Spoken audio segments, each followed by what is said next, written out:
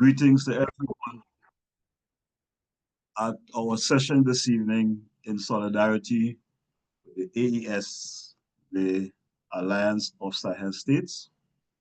I would like to thank our audience for taking the time to be with us this evening. Also would like to thank our presenters, Brother Ahmed Lo of Senegal, Dr. Toivo Ashiki, and Sister Inem Richardson of the Thomas Sankara organization in Burkina Faso and Niger. We decided to organize this event because it is the second anniversary of the establishment of the Sahel states, the Alliance of Sahel States. Actually, it was a suggestion from Vijay Prashad of Tricontinental, who in an event we had a couple of weeks ago expressed the view that the events in the Sahel represents our Cuban Revolution of 1959 in Africa. In the Caribbean, there is a significant amount of support for the people of Burkina Faso, Niger, and Mali because of the very progressive and forward-thinking policies that have been executed by the governments there. We also have those who have been critical of the process. And so this evening is an attempt for us to get an understanding of what is happening in the Sahel, to get ideas, opinions, and an interpretation from those who have studied the situation, and in the case of Sister Inem, who have lived in Burkina Faso for a couple of years now.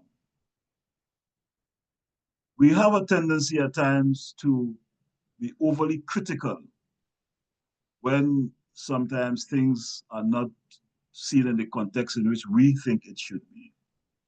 And some of the criticisms I have heard relative to the process in the Sahel is the question, is it a revolution? One of the things I learned in the revolutionary movement is actually there was a lecture that we would get when we entered the movement. And it was how you acquire power. And we were taught that there are a number of ways, but there are three fundamental ways revolutionary organizations acquire power. Through a protracted struggle, like in the case of China or the Cuban Revolution, which is what we studied a lot in the Caribbean, or through a coup like what occurred in Libya under Muammar Gaddafi, or through a mass uprising as what happened in Iran during the uprising that brought the Islamic government, revolutionary government to power. The fundamental issue, though, is power can be acquired in certain ways. But what makes the revolution is what you do when you acquire power. And I think it is too early to make any major criticisms of the governments of the Alliance of Sahel States, and we need to give them time to see what is going to happen. But what we have seen so far gives us hope that they are moving in the right direction. So I hope that this discussion this evening will give us greater insights, will give us a better understanding of what is happening in the Sahel state. And we at Caribbean Dialogue and the Haiti Action Committee, we felt this was an important process to lend our solidarity to. And so this is part of the reason we are hosting this event this evening. So without further comment, I would like to introduce our moderator for this evening, who is Sister Yaya Maureen Coleman of Belize, a Caribbean territory in Central America. She's a journalist, an activist, and a person who has committed a life for the last 2 or 3 decades to improving the lives of the people of Belize and the wider Caribbean. So I now take this opportunity to introduce Sister Yaya Marin Coleman, our moderator for this evening. Sister Yaya. Greetings from beautiful Belize. Sincere apologies that my camera is not on. When I tell you I'm being challenged technically right now, I'm just thankful that I could still be here and do what is required of me as the moderator. Big respect to Haiti Action Committee and Caribbean Dialogue. I represent United Black Association for Development Educational Foundation in Belize, UEF. And we are the fourth pillar of the only African Black independent-owned media house in the region. A Mandela newspaper, 56 years. Creme Raja, 36 years in November. XTV, 22 years this month. And organizationally, 29 years this year. And so, as you can see from the lineup, our guests, our presenters, are world-class, credible, knowledgeable people. And so let me just give a quick lineup of the presenters, and then we'll also have some solidarity remarks. And so we have opening Brother Pierre Labossiere, who is one of the founders of Haiti Action Committee and has dedicated his life to the liberation of African people. You could go to Facebook or Instagram, Haiti Action Committee. He has 5 minutes to present, and then we'll have my beloved sister, Inamset Richardson. She'll have 3 minutes to present. And then we have, I'm sorry, Sister Inamset Richardson has 15 minutes to present. And then our brother, Amit Lowe, has 15 minutes to present. And then our presenter, our brother, Tovio Ashiki, has 15 minutes to present. And then we have questions and answers, solidarity messages, 20 minutes, and then closing remarks by Brother Ako. So our first person up is Brother Pierre Lavoisier, Haiti Action Committee. Brother Pierre, the floor is yours. The time is currently 8:07 Eastern Time. You have 15 minutes. All right. Thank you so very much, Sister Yaya. And thank you, everybody. Such an honor and a great, great, great pleasure to be with you all. On this second anniversary of the Alliance Association of the Sahel, I want to present our solidarity from the Haiti Action Committee to the people of the countries of Mali, Niger, Burkina Faso, the African people in general, particularly the people of the Sahelian countries that I just mentioned, also to the many sisters and brothers throughout the Caribbean, the African continent, the diaspora, brothers and sisters in the US, where I live right now in Oakland, California.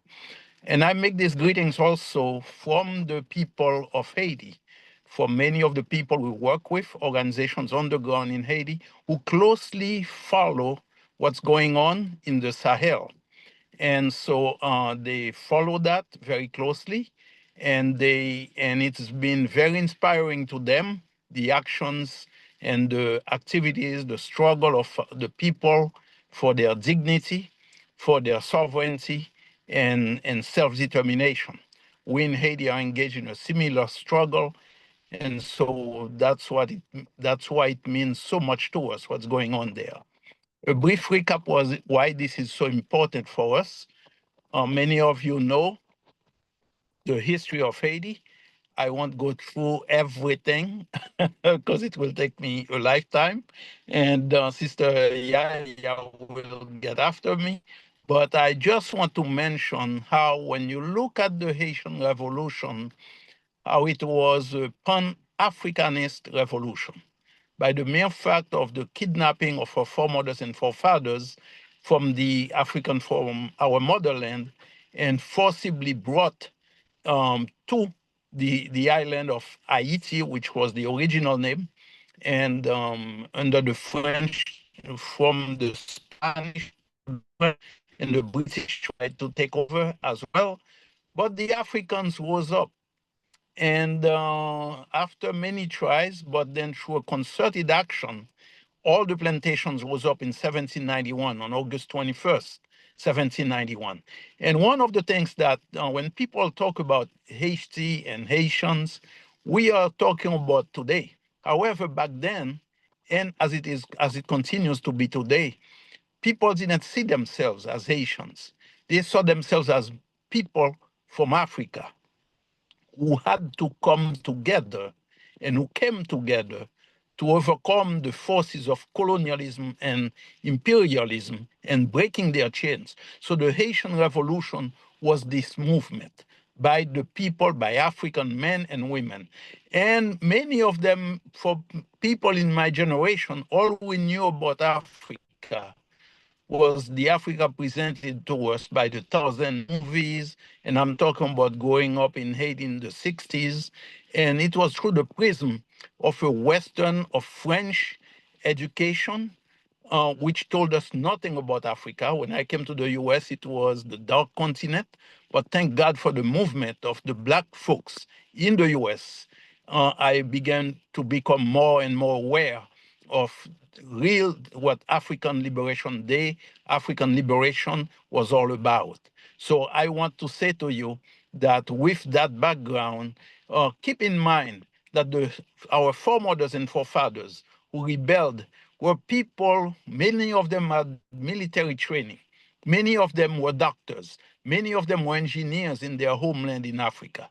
So their vision was to free the land, get those white imperialists out, take over the means of production, meaning all the plantations and all the equipment, and then build a society that they themselves, as Dr. Herbert Aptek, as Dr. Carothers, Jacob Carothers, in his book, The Irritated Genie, he talked very clearly about the vision that these African foremothers and forefathers had for the new country. And it was this vision that the people of Haiti today are hell bent on making a reality. I want to say to you that Africa was never away from the minds of our foremothers and forefathers. People like Toussaint Louverture, who was the grandson of Alada, the chief of the Alada nation in Africa. He was, and there were fresh arrivals at different times because the French had a system, such a murderous system of working our ancestors to death. And so it was necessary to bring in new kidnapped Africans to the land. And so that kept the people informed about what was going on in Africa.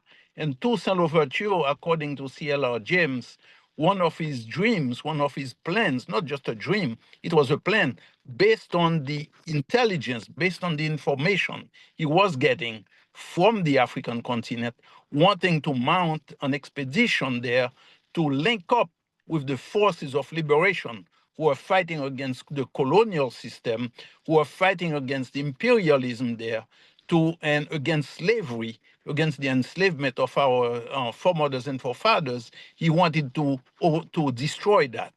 And so he was killed and kidnapped, and Dessalines actually followed up on that dream. We didn't get to Africa, but the fact that you had black armies who had gone into South America to help Bolivar to free the land from colonialism, all of that is connected with the foreign policy of Haiti.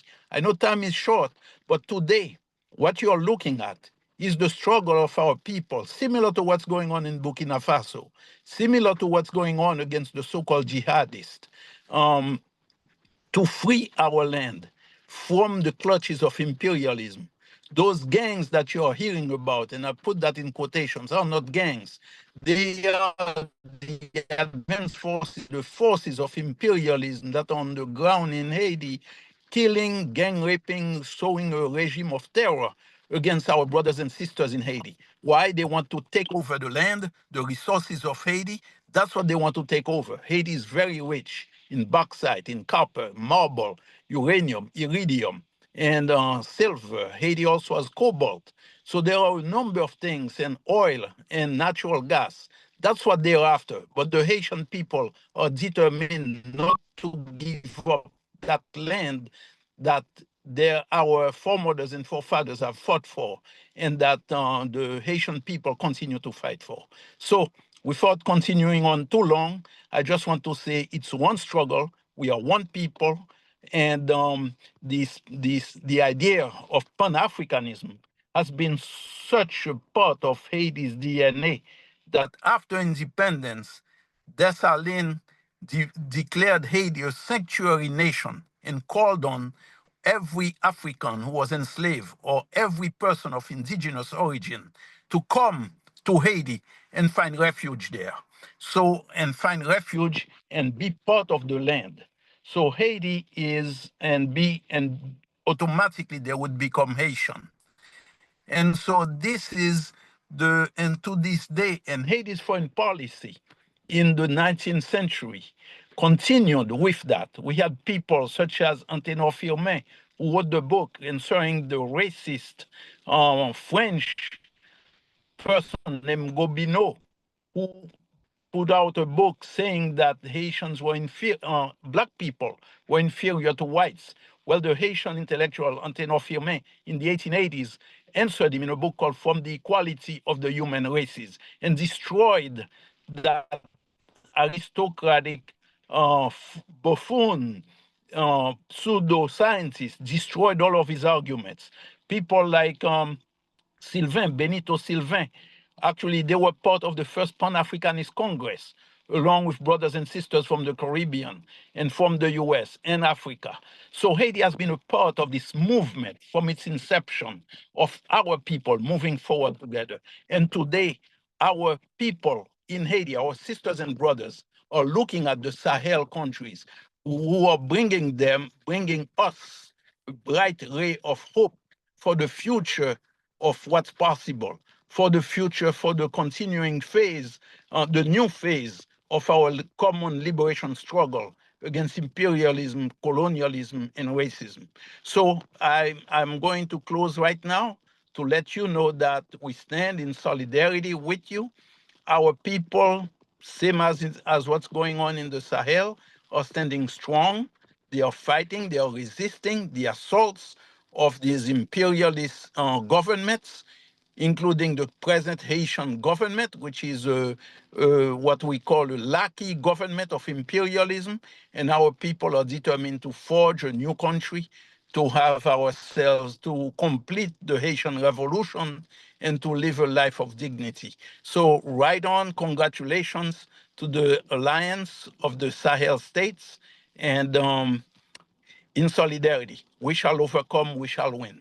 Thank you.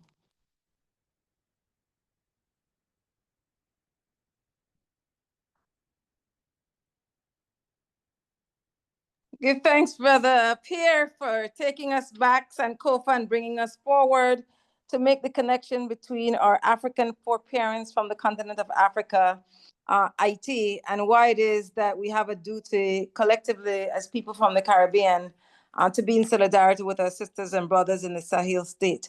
Let me know, I'm responsible for sharing the bio on our sister, Inepset Richardson.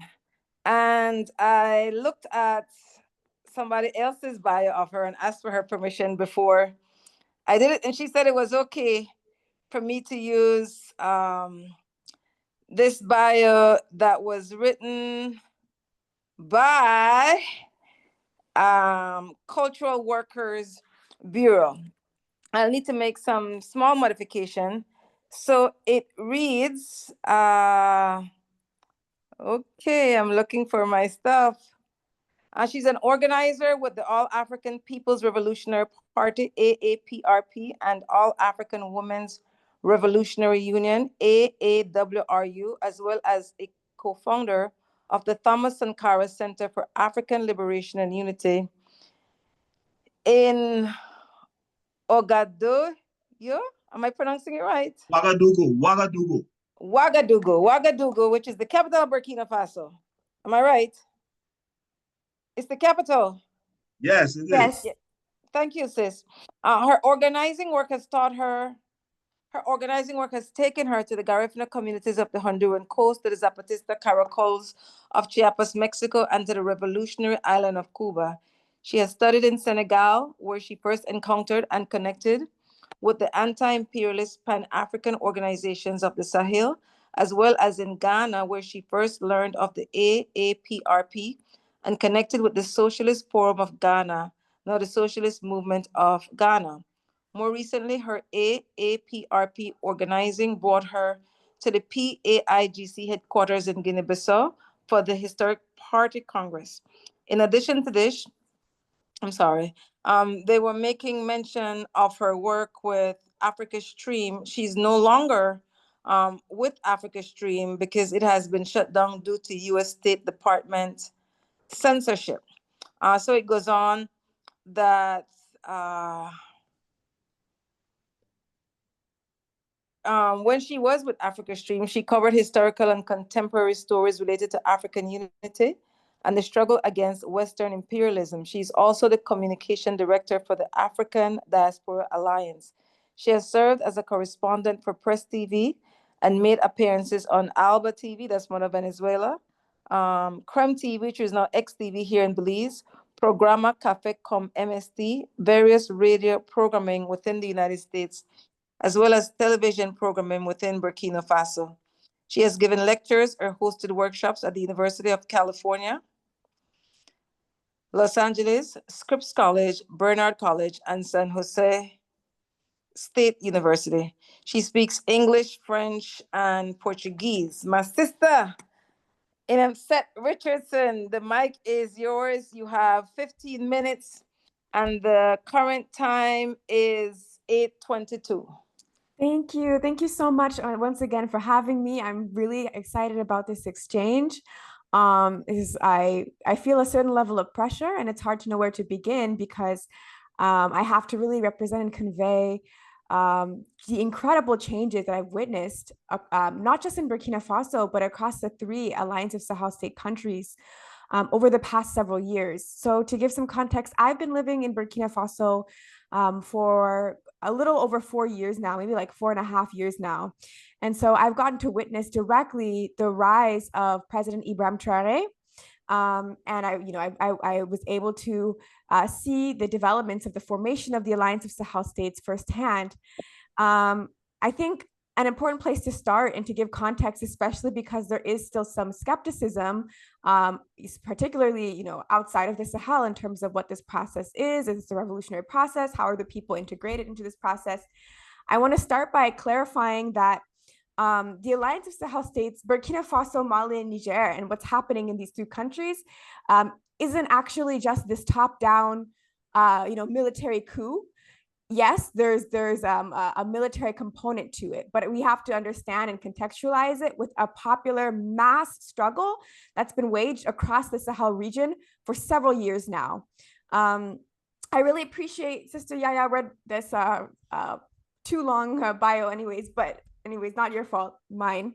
But she mentioned, I was in Senegal for a period, and that was where I began to realize that the region as a whole, this was around 2018, was really emerging as this hotbed of anti-imperialist fervor. And so if you were paying attention to not just Senegal, but Senegal, Mali, Burkina Faso, Niger, during that period, 2018, 2019, you'll see the people's struggles. Like there was a really heightened mass sort of understanding of imperialism, particularly what the people called France-Afrique, which is a shorthand for French neocolonialism. It started with the movement against the CFA franc, a neo-colonial currency that basically allows for France to have direct access to Africa's or 14 countries in Africa's reserves, but also the de facto veto power in the regional banks in West and Central Africa. And so there was the beginning of this anti-CFA franc, this anti-French controlled currency, this movement that was emerging around 2018, 2019, of course beforehand, but we see in the years leading up to the Alliance of Sahel states sort of this growth in popular struggle. And then we have to understand around, especially in 2019, there's an explosion of anti-imperialist protest and struggle and organized struggle in Mali in particular. And so Mali was the first Alliance of Sahel states country or current AES country to have a revolutionary coup that brought to power President Assimi Goïta. But that was after a mass uprising where there were tens of thousands of people in the streets with clear demands. Particularly, they wanted former President Ibrahim Boubacar Keita out. They wanted to get rid of that president, and they wanted to end Opération Barkhane, which was the French military occupation of Mali, of the Sahel in general, but headquartered in Mali.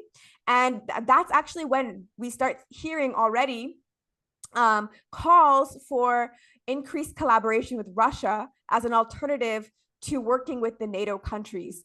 And I think it's really important to give that context, because when you understand like the state of struggle that was emerging, or even like not even emerging, but I guess like exploding by 2019 in Mali, you can see clearly how the rise of the three AES, Alliance of Sahel State Country Leaders, was a direct response to demands that emerged first from the grassroots level.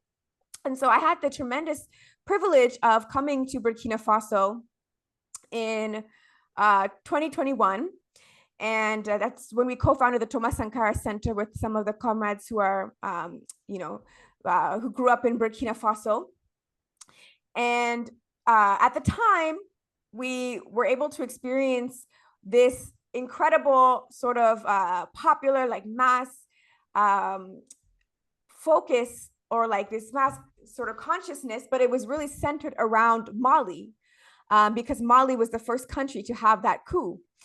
And so I guess I'm gonna go over 15 minutes if I don't hurry up. So let me kind of get things rolling. But I just want to point that out, first of all, that excuse me, sis, I'll give you more than 15. You've earned it. Go ahead, take your time. Okay, whatever you say, you let me know. Anyways, I just want to make sure that we can understand first and foremost that there was this element of popular struggle that was there. Then Burkina Faso has its coup, it eventually leads to the President Ibrahim Traoré taking power. And I'll fast forward a little bit, and Niger has its coup, 2023, and we see the three countries now are moving in the same sort of trajectory. The other thing I think it's really important to point out, like right off the bat, is that these are Pan-African struggles first and foremost. And again, that's also a reflection of where the people are at. Like the leadership is very important, but I want to emphasize, because people get confused when it's a military context, I want to emphasize that again, like there's a strong level of people direction, including in the Pan-African framing of the Alliance of Sahel states. So after Burkina Faso has its coup and President Ibrahim Traoré comes to power, we see people walking by foot from Bamako, the capital of Mali, to Ouagadougou, the capital of Burkina Faso, calling for the creation of a United States of Africa, and specifically citing the historical revolutionaries such as Kwame Nkrumah, Thomas Sankara, Sheikh Anta Diop, and Modibo Keita, who is a very, very important figure in Mali's history, Pan-African leader. So this is something that is all over the media in the Sahel. And so the leadership immediately responds to this. President Ibrahim Traoré begins to speak at this point of African unity, citing the example of the fact that there are people who are walking on foot, Mali to Burkina Faso, calling for this creation of a united Africa. We also see right off the bat, we're able to see the character of Ibrahim Traoré, the character of his I guess cabinet or his administration, because he's appointing all of these people who have direct ties to the Thomas Sankara era, 1980s era of revolutionary struggle, particularly the choice in Prime Minister Apollinaire Joachim Kielem de Tambela, who was one of the people that organized the committees for the defense of the revolution during the Thomas Sankara era, somebody who Thomas Sankara knew directly, and somebody who, as an academic, also has published extensively about the Sankara revolution, well trusted and well known by the people. And so he's the choice, the first pick for the prime minister. And then we also see other people who are integrated into the government, such as Basolma Bazier, who is a trade unionist who is the leader of a socialist trade union in Burkina Faso that also has just a reputation for engaging in class struggle on behalf of the people, the working people of the country, somebody who's also very well respected.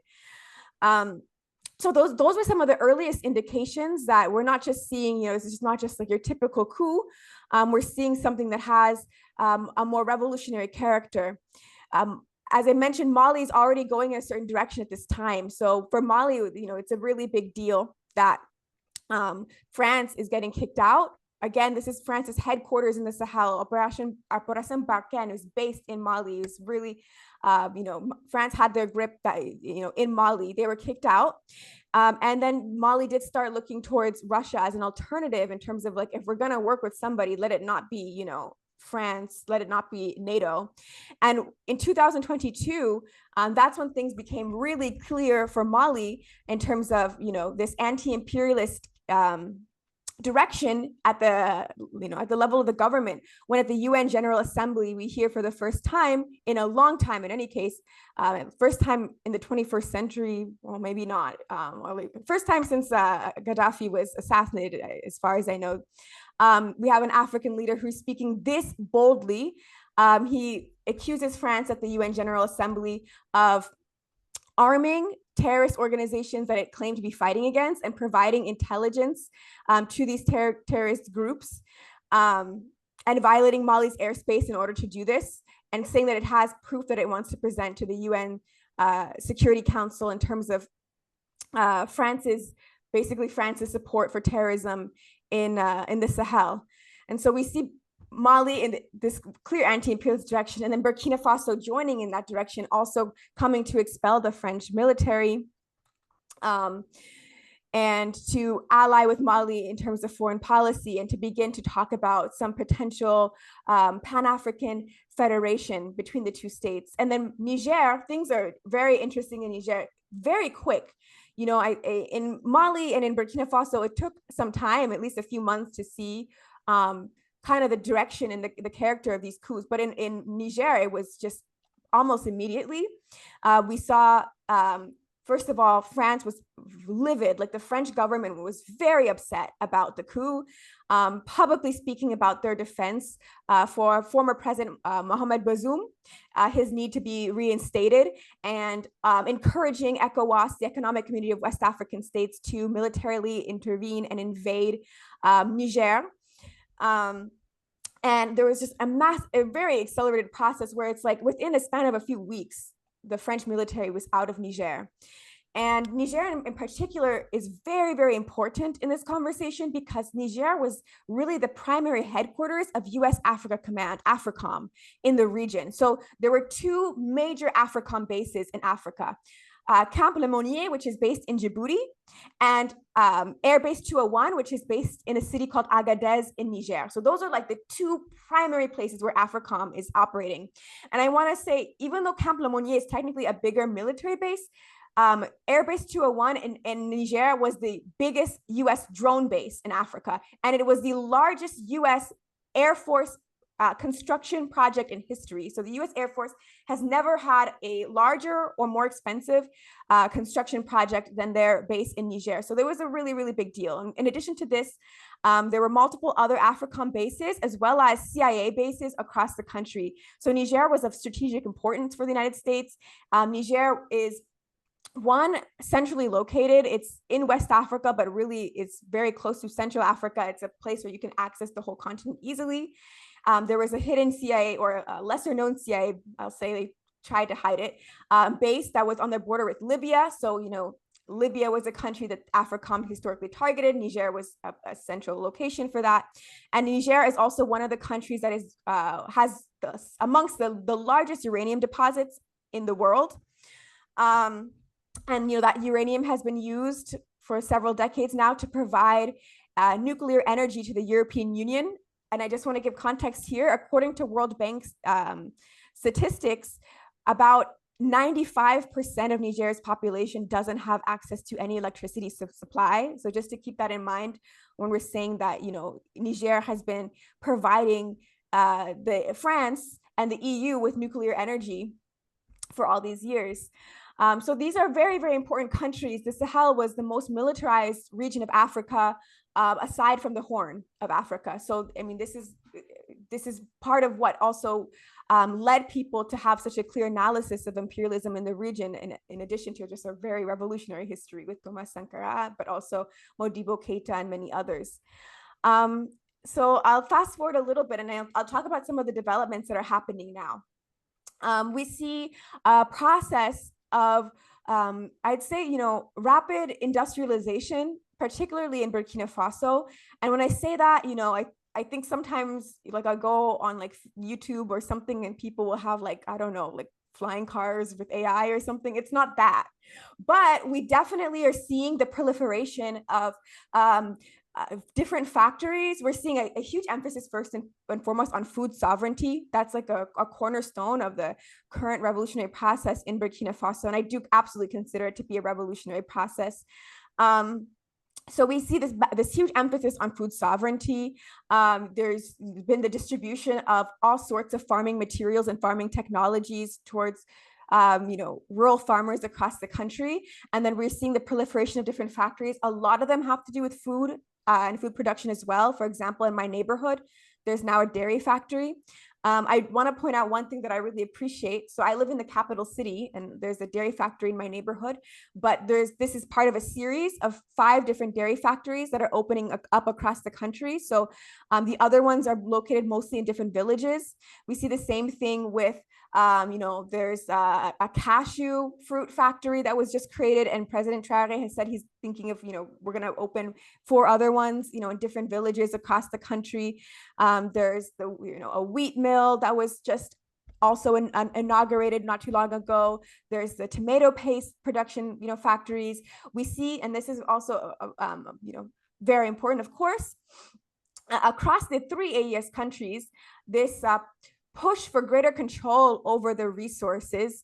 We understand Africa has been integrated into the global capitalist economy as an exporter of raw materials, particularly these minerals that are, refined elsewhere typically, and we're seeing that process is changing. So Burkina Faso has nationalized multiple gold mines. At the same time, Mali has, for all intents and purposes, nationalized gold mines, because what they've done is they basically shut down the operations of now a few of the different mining companies that were exploiting their mines. So they're no longer operational. And then Niger has nationalized its uranium deposits. So they're coming for what is basically the cornerstones of their economy. And Burkina Faso has opened up a mining waste refining facility that's operational. It's producing gold bars, and they're working on creating another gold refinery that's going to be opened soon. Mali is also working on creating a gold refinery. Burkina Faso and Mali, and this is one of the reasons why, I know like one of the critiques is people are skeptical sometimes when I talk to people, in different places about this question around Russia, but I just want to clarify, one of the things that I think is important about that particular partnership is that Russia is open to technology transfers, which that's just not how the neo-colonial countries operate. They want Africa to stay these producers of raw materials, but Russia has agreed to work with both Mali and Burkina Faso to open up nuclear power plants, which is a really big deal for countries where, as I mentioned, overwhelmingly the people do not have access to electricity. And we can't even begin to talk about larger forms of industrialization if you don't have like a basic energy supply first. So that's really one of the biggest changes is coming for this piece of industrialization and local production. And I think, the nuclear energy piece is going to be really like the backbone of that. Mali, all of the countries struggle with electricity. Mali is building right now West Africa's largest solar panel field. So this is like a huge project, as I mentioned, largest one in West Africa. So we're seeing these sorts of developments. There's a lot of other things I can talk about. There's all these transformations in terms of the healthcare systems. They've been able to reduce costs. Niger in particular has significantly reduced the public costs in terms of having, basic healthcare services, and has made childbirth free. There's so many things that I'm sure many things are escaping me that I'll think about later. Also, a great relationship with a lot of the ALBA countries. I was there in Burkina Faso when they inaugurated the Nicaraguan embassy. There's a history between the Sandinistas and Thomas Sankara, but both countries had this process where the revolution started, there was a setback, and then, they're able to like retake power in a way. And so Nicaragua has come back into Burkina Faso like in that way.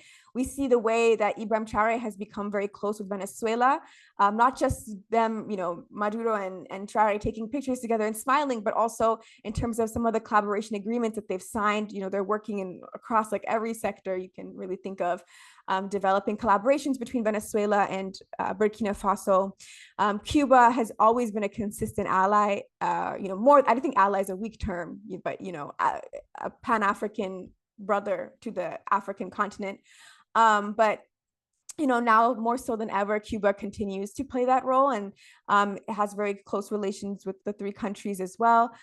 So yeah, I think hopefully that covers a lot of it. I'm probably going to think of a million other things that were worth mentioning. I'll say, here's another thing also, because, a lot of times people ask questions about like, what is it like for some of the struggles of working people in Burkina Faso? Like, is this just a question of like, I guess, is it just like we're kicking France out, but how is it like impacting people materially in other ways? So I'll give the example also of the way that the land was nationalized. So the land in Burkina Faso now all is technically state owned. And I know it's not the only country that operates like that. There are countries that have, those policies and that actually has a real material impact on people. And then there's other countries that do that more symbolically.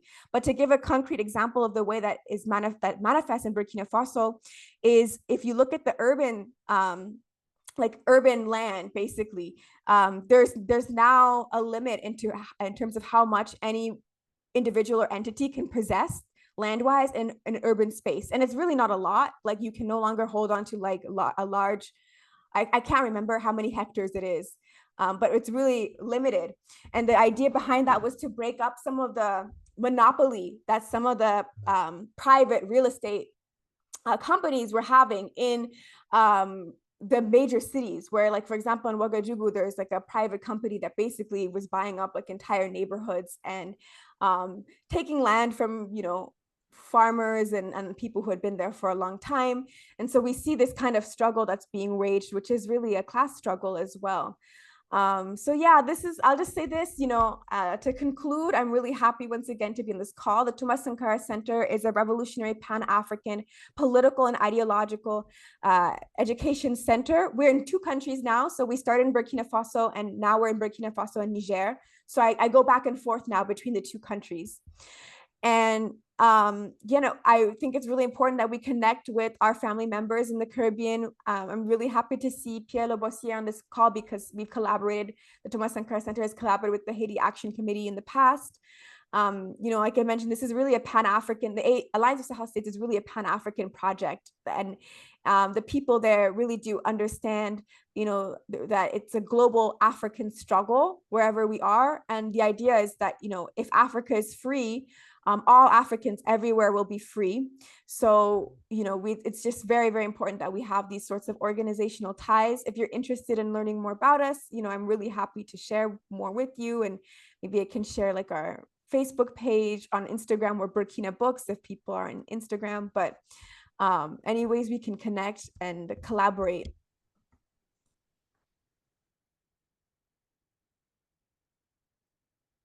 Big, big, big thanks and respect, sis. That was absolutely detailed, holistic, and definitely you underscore the point of this being a Pan-Africanist struggle and a global African struggle, and why it's so critical for us to remain in communication with each other. But I have to stress that we need credible community organizers, because we have groups that have been co-opted. And so we need to be careful as we organize, but definitely we see the need to continue connecting and organizing with each other.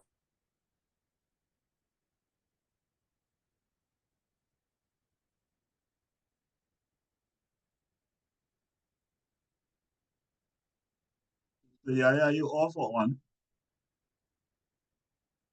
I think she may have gone off. So let me then introduce our next speaker, who is Brother Ahmed Lowe, who is a Senegalese-born Pan-Africanist militant residing in Toronto, Canada. While studying computer science at the University of Montpellier, France, graduating in 1990, he was active in student politics. He pursued advanced studies in Paris, where he helped to organize the Organization of African Students, a student-based organization at Jussieu University that drew most of its members from Africa and the French-speaking Caribbean. Its mission was to build solidarity and mobilize its members to defend their rights and interests and promoting ties between Africa and the Caribbean. He moved to Montreal in 1993. He joined a group for research and initiatives for the liberation of Africa, GRILA. Later in 1995, he became a founding member of a chapter based in Toronto, where he regularly hosted his weekly radio show, Amandla. He's currently a freelance IT consultant and a Pan-Africanist militant. I introduced Brother Ahmed Lo of Senegal. Greetings, brother. Thanks. It's 6:46 and you have 15 minutes. All right, thank you. The sister who spoke earlier said that she was a little bit nervous, but I'm more nervous than her. Now I have to speak after her. And especially for someone who is whose thought is going through a language called Wolof, sometimes translating it in French and then going to English as a third language to express myself. So bear with me in some of the challenges related to the language barrier. The last speaker spoke about what's happening in the Sahel region as a Pan-African process, which I agree very much so. That's why I would put my analysis not within the Sahelian state only, which is Mali, Niger, and Burkina Faso, but within the context of West Africa, because the processes that are going on is more larger than what has happened currently only on those three countries. I should add also that I'm a member of a political party called PASTEF in Senegal, who came to power in 2024, and who share a lot of similar ideologies and bases with Pan-Africanist organization operating across the world. I would like just to warn people not to fall into one important trap that is used most of the time, is to divide and conquer. And then we should not allow those forces to try to differentiate within the region movements that came to power through military means versus those other countries who came to power, those parties who come to power through the electoral process, if they share the same vision of radical transformation. The reason I'm saying that is that because we've been seeing a lot of propaganda, most of the time coming from the enemies of Africa, trying to portray some forces as the real Pan-Africanists and other one as the purpose of French, etc. Because the processes are different. You cannot compare what happened in Senegal between 2021 and 2024 that culminated with the arrival of PASTEF in power as a Pan-Africanist organization to what happened in Mali, for example, which came through as a military coup. However, the end result is the same, is that you have two movements in power who are trying to push forward the agenda for radical transformation in West Africa. It was just a small warning that I wanted for us to pay attention to it, because most of the time it has been used a lot in dividing our movements or leaderships, whether it is what happened in Burkina Faso between Thomas Sankara and Compaoré, or what happened in Grenada during the Grenada Revolution. So we have to be very careful to not allow those divisions, special division, I would say, to start splitting our movement. In recent years, we have witnessed a wave of coup d'etat that was happening in the Sahel region. I will not go deeply into that because the previous speakers have spoken a lot about that. These regimes that were replaced in the Saharan country like Mali, Burkina Faso, and Niger, everybody knows that there were regimes that were very corrupt, that were very tied to French interests, and also Western-backed regimes. So The countries that have caught particular attention, of course, are Mali, Burkina Faso, and Guinea, but we have also situation developing in Senegal and other countries, because we have to see this as mass movement from the ground who are trying to challenge the way in which this country have been run since the so-called formal independence in 1960. We have reached to a point that people are starting to challenge the neo-colonial path of these countries, and then they realize that there is a roadblock that we have to cross over in order to achieve what was initially the objective of national liberation movement in Africa, which is regain a control over our natural resources, of our history, of our own decision-making processes, so that we can decide in which way we would like to go in terms of building a different path than the neo-colonial path. So a lot of multiple questions can be raised, of course, in this context, but I would just say mention two issues that were very central of what's happening, which is in West Africa, which is the geopolitics of war on terror. Everybody knows that the jihadist forces that we say are roaming across the different countries, trying to destabilize. Everybody knows that those forces are in alliance with Western power, imperialist powers that have been planted there in the region to play a specific role to destabilize those countries. And if we understand that, we know that those who today or in the past, like the French, have claim to be coming at the rescue of these countries, those are false statements, because they are the same ones who have planted this jihadist force in the region who are playing as the arsonists, after being the arsonists, but trying to claim that they are the firefighters. So we have to be very clear of the role those forces, whether it is the French or the Americans, have played in creating the condition of chaos or insecurity that has been prevailing in the region. Some questions, I'm going to raise them not from a perspective of criticizing, but to help deepen our reflection and our thinking in order to move the process forward. So what I'm saying, don't look at it as just a criticism or negative criticism, but just someone who's trying to detect or identify some weaknesses that needs to be paid attention, so that we can prevent some of the issues that could happen later on down the road. Because one of the things that we have to pay attention is that we have to learn from history. We have witnessed and seen what has happened during the Burkina Faso revolution, which was one of the biggest real revolution, deep revolution that happened in Africa after 1960. We have witnessed also what happened to the Grenada revolution. Despite being very promising, we know how it ended up being. So history have to serve as a lesson, so that we can learn from those and then try to prevent it from reoccurring again.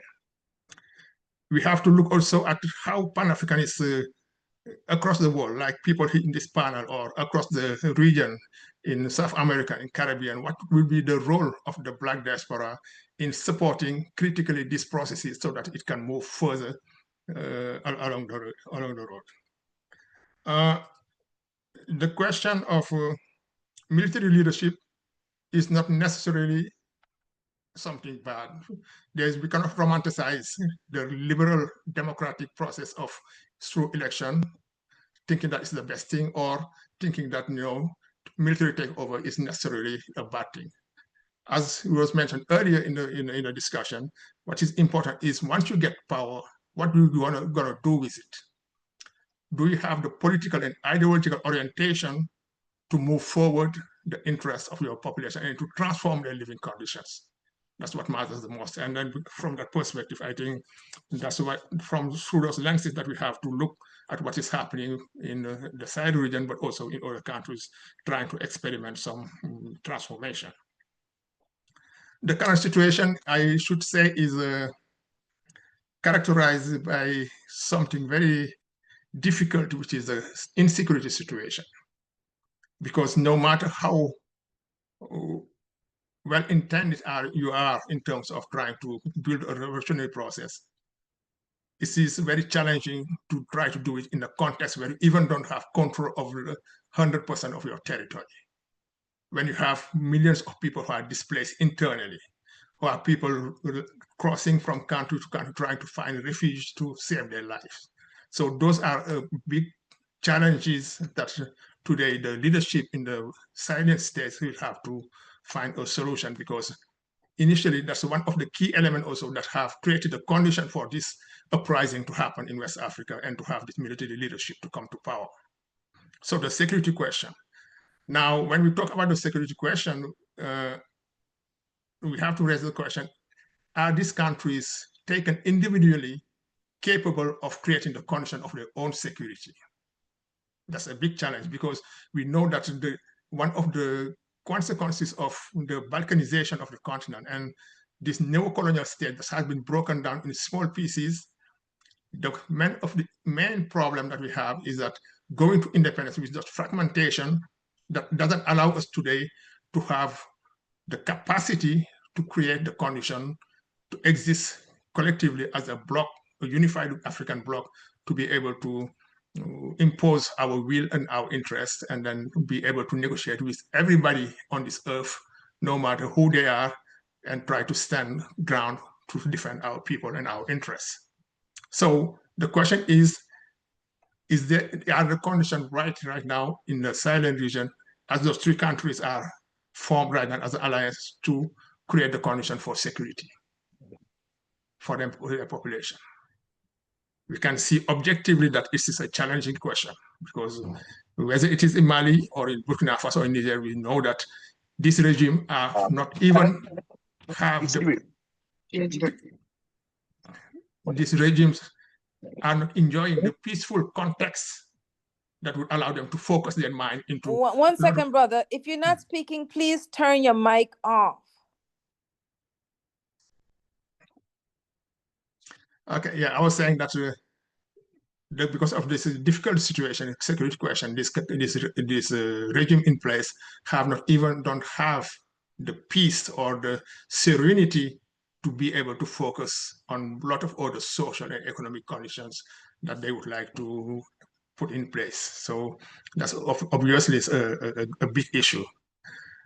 The question of sovereignty is also what is at the heart of this struggle. Sovereignty means that countries will have the possibility to control their productive system in order to own their resources, in order to be able to choose their own path, no matter what.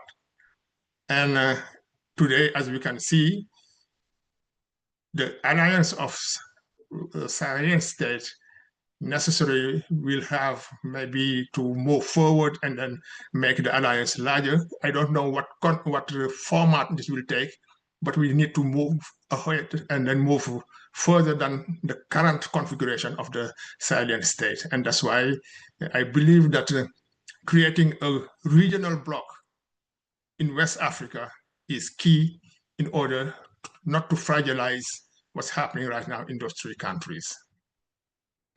There are a lot of other issues, like we are in a context of the former imperialist powers trying to keep control over what they have in the past, which is the natural resource in the country. But you have also emerging power who aspire to have some foot on the ground and then be able to benefit most of the time on the resources that are being extracted from the soil of these African countries in general.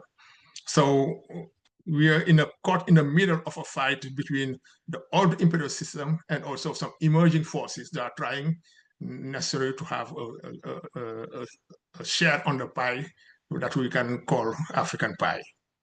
So we have to be paying attention to that. And then the only way we can sort out these things is that when we have to build unity between the African states in order to be able to go and sit on the table and have negotiating powers to be able to be successful to defend our interests, because it doesn't sound very promising if a small country like Senegal or Gambia or Guinea-Bissau goes and try to negotiate with a power like China or Russia or US or UK, you see that there's an unbalance of forces there, and it's very difficult. So we need to move back to what Kwame Nkrumah said, which is unity, and that unity has to be aiming at the creation of a West African Federation. That's the key. A West African political federation that will be strong enough, first of all, to create the condition for security, collective security of the population of the region. Second of all, to have a political force to be able to be a good someone who can defend their interests on the world scale, whatever the other players may be. I'm not sure how many minutes I still have left, maybe 5 minutes. I'm going to move a little bit fast. You can go for your 5 minutes, brother. Okay. I just want to keep an eye on that so that I don't go overboard too much. So I spoke about the security question, the question of sovereignty, the challenge of political federation.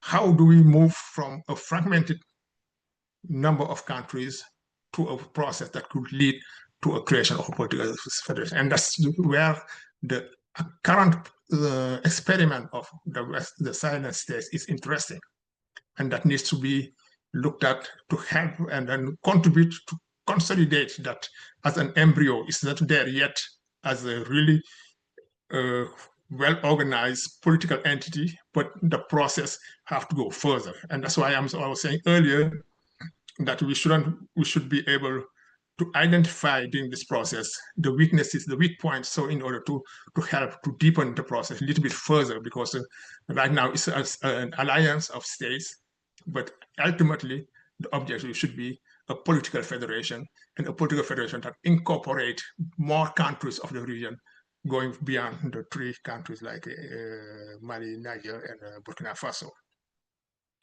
Without that, now different scenarios can happen going forward from now on. One thing that I see as a potential danger of the running for this alliance is that if the security situation is not resolved, because when the security situation is one of the key elements that created the condition for these powers to arise. So if the situation persists and then the security situation is not resolved, you may find a situation where the population may lose hope and then and the situation will be very difficult to control. The second element is, how do we go from the current configuration within those states and create the institutional framework that will give legitimacy, popular legitimacy, to the regime in place? Everybody knows that today, most of these regimes, they have a large popular support from the population. But it's not enough for me. I think it needs to be institutionalized through the organs of the states, so that if tomorrow someone like Ibrahim Traore or another president is no longer in place, that the process is able to continue and have the legitimacy, the popular legitimacy that created this process.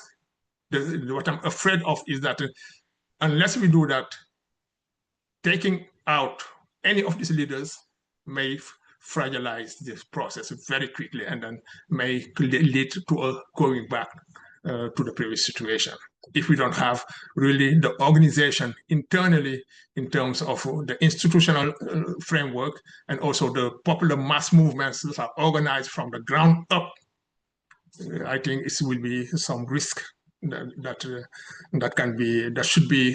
should keep very close attention to that and try to see how we can deepen that process. The other scenario is that that is a positive scenario, is that if what is happening in the Sahel region kind of create some good results, it's inspiring for the rest of the region to move further into similar directions. Now, revolutions need ideological and political orientation to be sustainable in the long term. The question of training and to term of political formation of the youth that is being behind this movement have to be deepened, because we speak about Thomas Sankara, sometimes with romanticization, to romanticize it, etc. But I think that there's still a lot of work to be done to make sure that people are very, very aware of what a revolution is. What are the forces against it? What are the forces that should be at the basis of it? What are the objectives? What are the tactics and the strategy in the midterm, in the long term, that will create the condition for a successful social and political revolution? Those are theoretical questions, there are political questions, and I believe that there is some weaknesses at this point, not only in the Sahel state, but in Africa in general, because we have had in the past a process of depoliticization where people are not as politically trained to understand some of the issues, like the geopolitical situation happening, developing in the world, the balance of forces that is being shifted, the arise of new blocks, whether it is the BRICS, or the BRICS, or the attempts of the former Western powers who are losing ground, but who are trying to regain what they have lost. All those we need to have some very good understanding in order to be able to organize and then support our youth in sustaining the processes.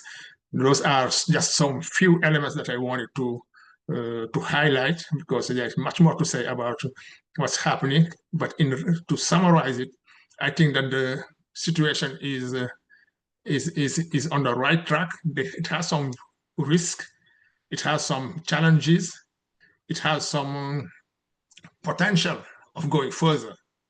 It is up to the revolutionary Pan-African forces to serenely try to identify the element of risk, the potential of going further, and then use anything that is at our disposal in order to support critically these processes to move from one step A to one step B and C.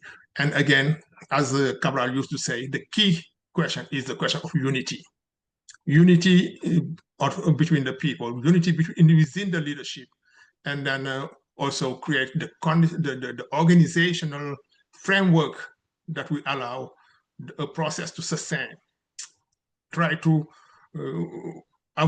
should try to avoid a situation where the process rely a lot on the charismatic leader, because it is important to have a charismatic leader at one point in history, because that can help mobilize, etc.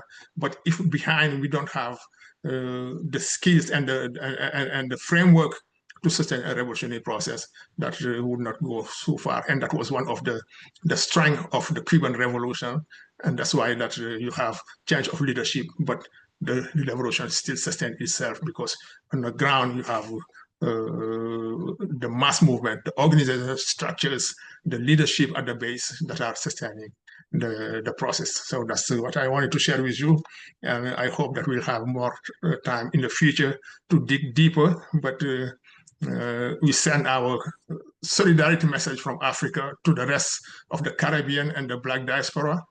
We believe that there is no way out for African people unless we reconnect with our diaspora, and then we engage in the same struggle, both in Africa and in the diaspora, because we have the common destiny. And that's what Nkrumah has been saying, that's what Marcus Garvey said, and that's the historical truth if we want to regain our independence and sovereignty. Thank you very much. Big respect, Brother Ahmed Lo. You may concern yourself about following Sister Inet. You don't have nothing to worry about. That was spectacular, looking at the security concerns, institutional framework, popular mass movement from below, the question of unity, organizational, organized, to be organized from within to ensure sustainability, and hoping that it will be an inspiration for other countries on the continent. Big respect. I really love the complement of the feminine, masculine energy, just harmonious and beautiful. Brother Akka will now introduce our other brother, Toiva Ashiki. Ashiki. I'll get it right, brother. Trust me, I'll get it right eventually. Brother Akka, please introduce our brother. He has 15 minutes. So it's my honor to introduce Dr. Toivo Ashiki, who's a scholar activist whose research interests intersect the disciplines of historical sociology, history, and Africana studies. He focuses on Southern African liberation struggles, history, Black Power studies, Haitian Revolution studies, and political economy. His most recent book is titled Arming Black Consciousness and focuses on exploring the hidden fronts of South African liberation movement with a focus on the Black consciousness movement and its return to armed struggle from 1967 to 1993. Ashiki is a committed grassroots and social justice activist. His research interests include Southern African liberation struggle, enslaved African revolts, political economy of underdevelopment in Africa, Black radical tradition, and Azanian Black nationalism, and Haitian revolutionary studies. I now introduce to you Dr. Toivo Ashiki. Big respect, brother. It's 9:10. No doubt. Okay, I got a timer up. Okay, thank you all really just for coming through together for this. I think it's always important when Black people are able to come together and to discuss and to think together, and to have solidarity with each other. So I want to begin with that. I also want to give people greetings from, the U.S. South, which is still, for many, all intents and purposes, still living under apartheid. And as you will know, that there are a number of deaths, murders of Black people across the South right now that do not come up in the news, that are not the glorious people who get shot, are not the names that everybody knows and speaks about, and there are no rallies and marches for them. It is just their families and communities who mourn them, and the peoples on the ground who are seeking justice, okay? So I want to begin also with that, because that's where I'm located right now, particularly in what they call the Black Mecca, but very much has dispossessed the Black people who built Atlanta. So we do want to begin with that. With the AES, I thought of different ways of how to come at this. I will come at it just given that we are speaking on more or less, of course, to a global Pan-African audience, but also to an audience that is based in the Caribbean and its radical traditions. And so with that, naturally, Haiti will come up. I will give a different take on the Haitian Revolution to talk about our brothers in the AES, and then we will kind of go deeper from there. One, as I believe everyone or most people here should agree with, revolutions are built from the ground up. When Toussaint is captured in 1802, he argued that you have only chopped off the limb of the tree of liberty, but its roots run deep, right? And the roots are actually what make the tree, right? Not the various limbs on the outside. And I think it's important to remember that. And with Haiti, maybe we jump a little deeper, right? And part of what I would like to propose as ways to think about where AES is and where it could go, right, is to argue that for me, different than most, right? My studies have told me in my own ways that, of course, you can date these things wherever you want to. Just for today's purposes, what I want to date the Haitian Revolution is going from 1791 to 1825. This is not what people are taught. Generally, the people ended at 1804. For me, that's not enough. We must go further. And I say that because I say 1825 because it is in the years between 1804 to 1825 that actually, and I would argue 1802 to 1825, that it is the working people of Haiti that push the leadership forward, right? Not in the will of the leadership. As far as Toussaint was concerned, revolution is over in 1801. As far as others are concerned, 1794 revolution is over with slavery being abolished in the French courts. But for the working people, that was not enough. And they pushed further, right? Because when Toussaint is taken, as we know, right, we know that many of the leadership did initially stay with France, or at least pretended to. And it was the Sans-Soucis of the world. It were the Maroons in the mountains. It was those in the South. It was those in what we call Santo Domingo, right, who were pushing leadership forward, regardless of what the leadership wanted.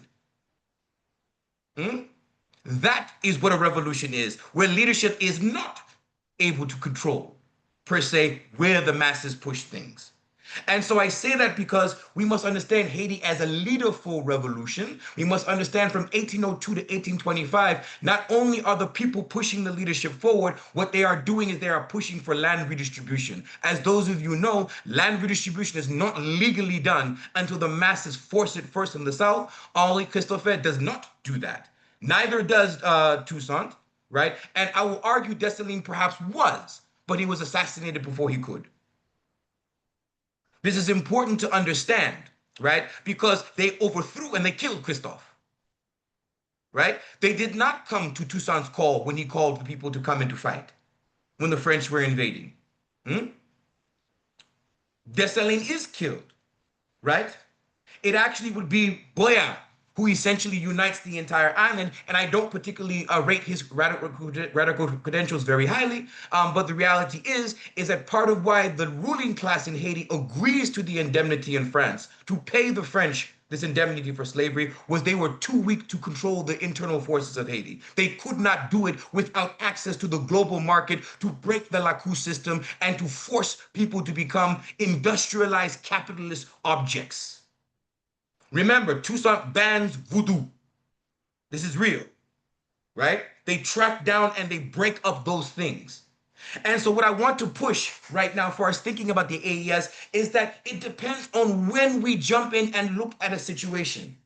If you look in 1793, is the Haitian Revolution over? If we say 1795, is it over? Is it finished? Are we done? It is a process of revolution that is in itself a manifestation of the objective and subjective, and because we are good Pan-Africanists, the spiritual forces that are at play, and they are not always aligned, right? And so AES, in my opinion, is between 1791 and 1794 in Haiti, for those of you who know your revolution history. It is not in 1804. It is not in 1820. It is not in 1815. It is still new. It is still beginning. It is still learning itself.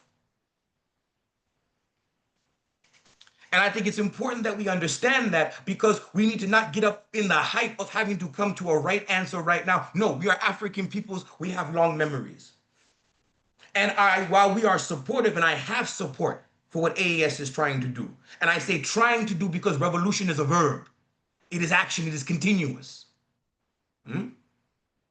And this is important because I do believe that what's happening in AES, given my own, if you will, expertise in the Southern African liberation struggles, I do believe it's different. There are different conditions. It's a different time. This is not 1960. This is not 1950. This is not 1970. The world has changed. Capitalism has transformed and changed itself, right? The forces of production, the technologies of interchange and communication are different. Even how capitalists accumulate is different, okay? And so by that sense, what AES has to do is they have to chart their own path, the peoples, okay? And so I also want to speak to the question on coups. There's a long history of coups in the African continent, and I mean pre-colonial Africa as well, right? However, in the case of AES, what I appreciate what NM has given us is to say that there were forces that were pushing things prior to people going into a coup. Isn't this brothers woke up one morning and said, we now want to overthrow them because we read Sankara and we like Lenin and we don't like the French. Now tomorrow we want to have a coup. There was a process that was being pushed, and even many of them themselves are fruits of that process. Differently in the different places naturally, but very much we must understand this as fruit that has a deeper history. And even if and in the context of the Sahel, what we do know is that yes, it is going to be the military institutions that will simply be the most organized. As Lenin taught many of us, power comes to those in revolutionary situations, to those who are organized. Those who have a particular structure and have a particular way to execute what they believe, what they want, and when they want it. And the military will always have that in most of the African continent, given the impacts and the ravages of slavery and colonialism that we've had to deal with, and the continued neo-colonial processes. Simultaneously, even in pre-colonial, and when we say slavery in colonial Africa, it is not a singular moment, but it is a process of the colonization of the African continent. So many of these things are happening simultaneously. But what we do know, particularly if those of you who know your voodoo cosmology, if I say Ogu, Ogu is very much the god, is the deity of iron, of war. It is also the forger of iron. Why? Because in West Africa and West Central Africa, it is the Bantu, the Yoruba, who begin to master iron early. And so people's histories are based on what does it mean to forge and to bring society together. In West Central Africa, it's called the Manikongo, The Mani Congo are the unification of the different peoples, because we will always be diverse as African peoples, as we must be. And so we say Ogu, Mani Congo, and in the ideas of the history, in the oral traditions, even in the archaeological evidence, even in the written tradition from the Europeans, they will tell you about the blacksmith kings. And kings not being a gender term, by the way, a position, right? Not the Eurocentric idea of king as man, right? We must understand that it is a position. Understand, right? And so very much, if you understand this, the military, these coups, if you will, has always happened. Those of you who know your history of Palmeiras, right? Zumbi comes to power in a coup. He overthrows the previous king. Why? Because he's negotiating with the Portuguese and the Dutch. And many people inside Palmeiras, which is in Brazil, they rejected this. And then his coup was popular because the people were behind him. You understand? If we go to the Seminole Wars, what I'm calling the Gullah Geechee Seminole Wars. If I talk to you about an Osceola, some of these leaders of these struggles were not actually chiefs, but Osceola, in the context of the Seminole Wars in Florida, fighting the U.S. Army from land dispossession, he is thrust into leadership by the masses who choose him. He is not in line to be a chief. But it is the black forces in Florida who isolate Osceola as one of those who is down with our struggle, and we support him, and essentially he muscles his way into leadership against the elder leadership who are willing to negotiate with the U.S. Army to go to Oklahoma. But his movement was supported by the people. You understand? In particular, the black forces. So I want us to understand that there is a historical precedent for some of what we are seeing today. And really, the hardest part of the AAS struggle and revolution is right now. The initial coups itself was the easiest part.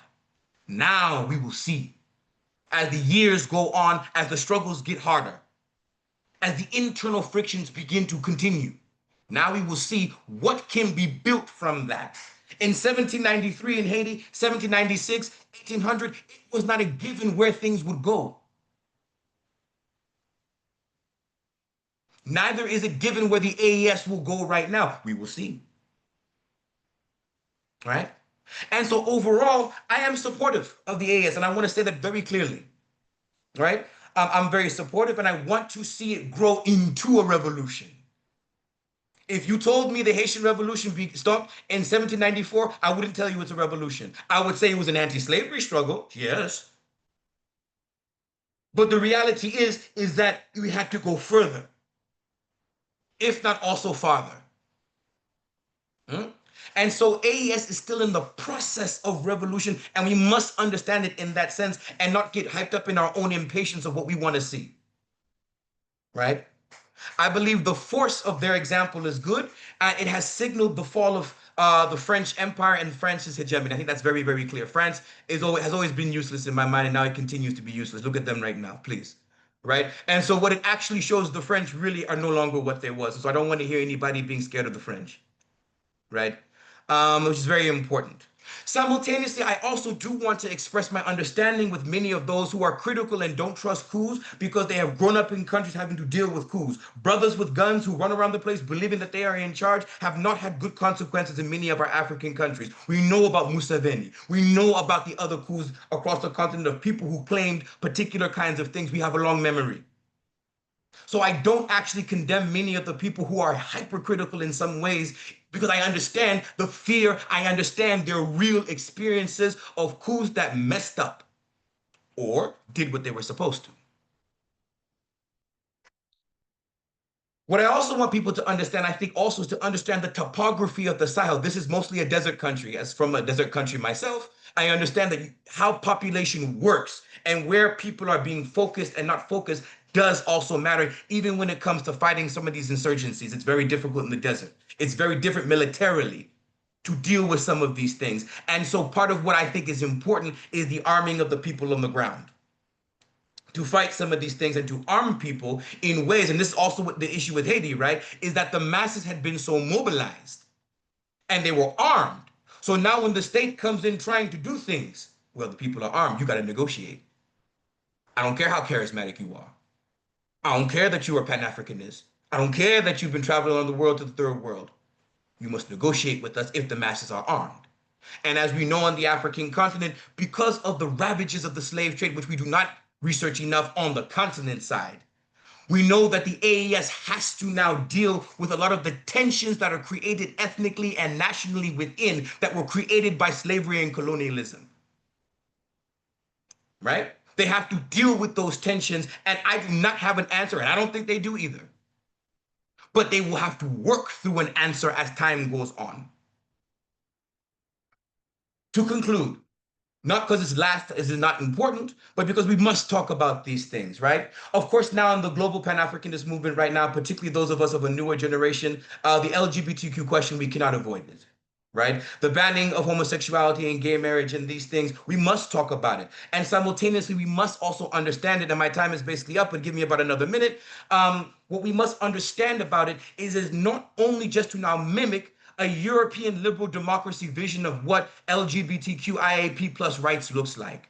In the African continent, we know from Europeans' own discussions and their own writings, we had 5 genders in many societies, 4 genders in many societies. We had 3 genders in many societies. If you go to voodoo and some of the different candomblé and the different santerias, whatever, when your body as a man is possessed by a woman deity, you actually become a higher spiritual presence. We had our own gendered structures of reality that we were forced to abandon as the Christians, and yes, conservative Islam coming from the desert is also trying to crush.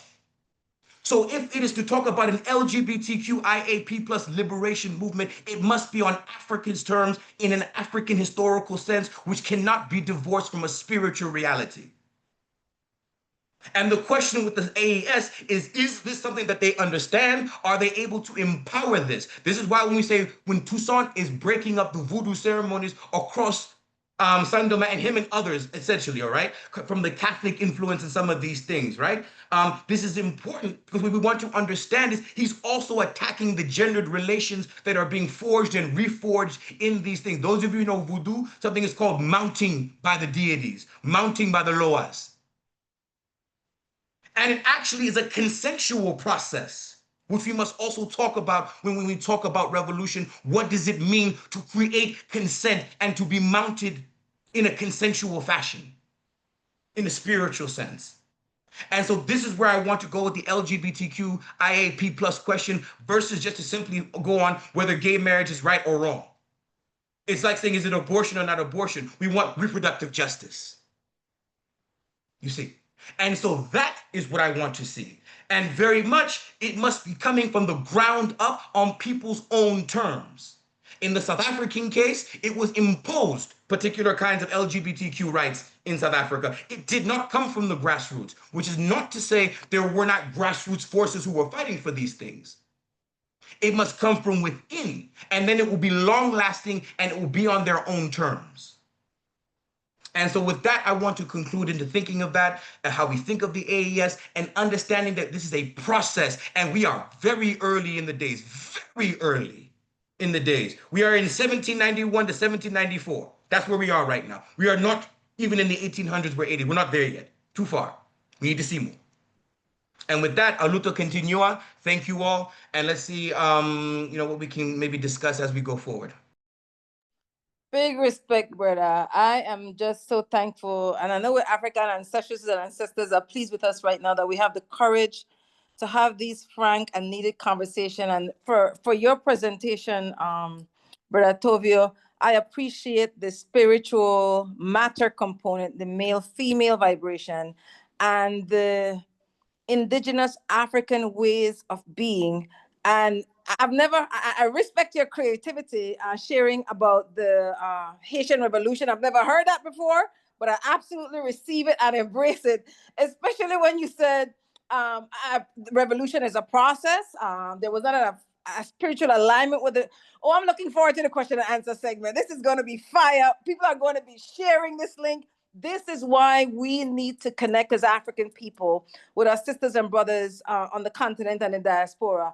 Next, we'll have our solidarity message from Brother Ray Samuel from the Sister Yaya, could you hold on? Yes. Let's go to the question, please, before we do the solidarity messages. Okay, no problem.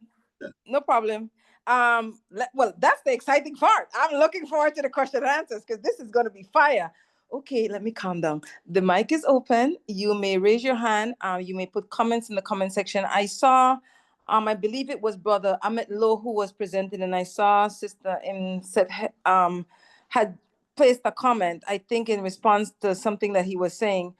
So Sister Inem, if you would like to share that comment now, you may, or I could just go to that comment and look for it. I think you were talking specifically, you were saying about in Burkina Faso, we have the mass organization called the Wayans, or the, go ahead, Sister Inemset. Yeah. That's the comment I was talking very about. important that we understand that a lot of the questions that were raised are things that the AES countries are taking up, both on the grassroots level and the level of the state. These are things that are being addressed. For example, Burkina Faso has the Wanya, which in the Maori language, it means like come and go out. It was a rallying cry, a call for mobilization. Also known as the Citizens Night Watch, La Veille Citoyenne, that has now become integrated with the state, but it was organized first and foremost through the people. And what this is that, so if you take the capital city as one example, as well as the second biggest city, Bobo Dioulasso, every single neighborhood at every single roundabout, because there's, I mean, depending on where you live, you might get this, but in Burkina, there's roundabouts like everywhere. Every single one of them is a station for these this grassroots organization that now is integrated with the state, and they serve as the eyes and the ears of the revolutionary process.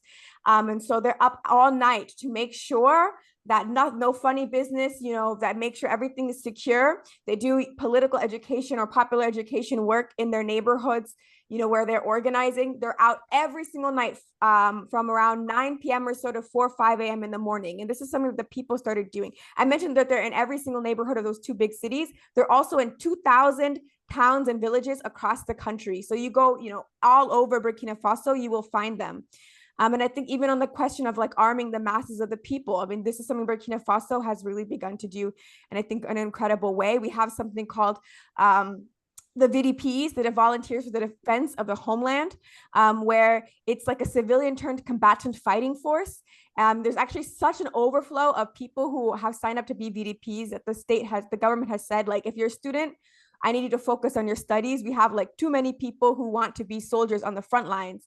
But I want to also explain that recently what's happened is now the VDPs, there's a new program called Faso Mebo, where the people who are these volunteer, you know, short-term combatants, they're actually being trained to do road work and construction work, and they're receiving military education, political education, and then like now road construction or infrastructure building type of education, and they're being put out into the streets. So they're engaged in all sorts of things, but they are armed and they're trained militarily. And I think it's very important. It's not just the arms, but like they have that political education in their heads before they're allowed to carry those weapons. So this is something that's happening on a mass level. And just to give like one last example, I don't want to talk too long, but in the Thomas Sankara Center, like we are always recruiting in our neighborhood people to come and join us for the revolutionary Pan-African political education activities that we do. And it's very common. We'll have people in our neighborhood that just kind of seem to disappear.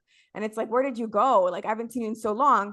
And it's like, oh yeah, I was on the front lines. Like, I'm a VDP, and you know, I've joined up. I was just fighting, and I've come back. And it's like, oh, that's why I haven't seen you for the past 6, 7, 8 months. So it's like a very normal thing. These are people in our communities, you know, we see them all over the place, you know, our friends that are taking up arms, they're getting educated, and they're going to fight in defense of the country.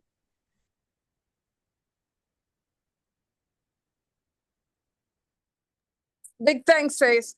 Okay, so we're open for question and answers. There has to be serious engagement based on points that were made between the presenters themselves. So, Sister M, you definitely have the answers for us for many of these questions. I'm curious about the LGBTQI question or position that Brother Tovio presented. Can you share more on that, please? Yeah, I think this is a very important question. And I know like this is a question that is going to be like raised a lot right now in response to the recent law that was passed in Burkina Faso. And I can't respond exactly to what Brother Toivo raised in terms of like African people basically reconceptualizing our understanding of gender and sexuality, so that it's like breaking from what we've been taught. Like I don't have like the solution necessarily to that, to respond to that in particular. But here's what I'll say. Like in Burkina Faso, I think here's what I'll say. I see a lot of like people saying that Ibrahim Traoré is responsible for basically passing this terrible law in Burkina Faso. And I don't think that's the right way to frame it. I would say that Burkina Faso right now as a country, like has a societal problem around the question of like homophobia or like LGBT. Like it's not a Ibrahim Traoré thing. It's a problem that we have to understand on the level of the people. And it's just I think kind of what Brother Toivo was saying.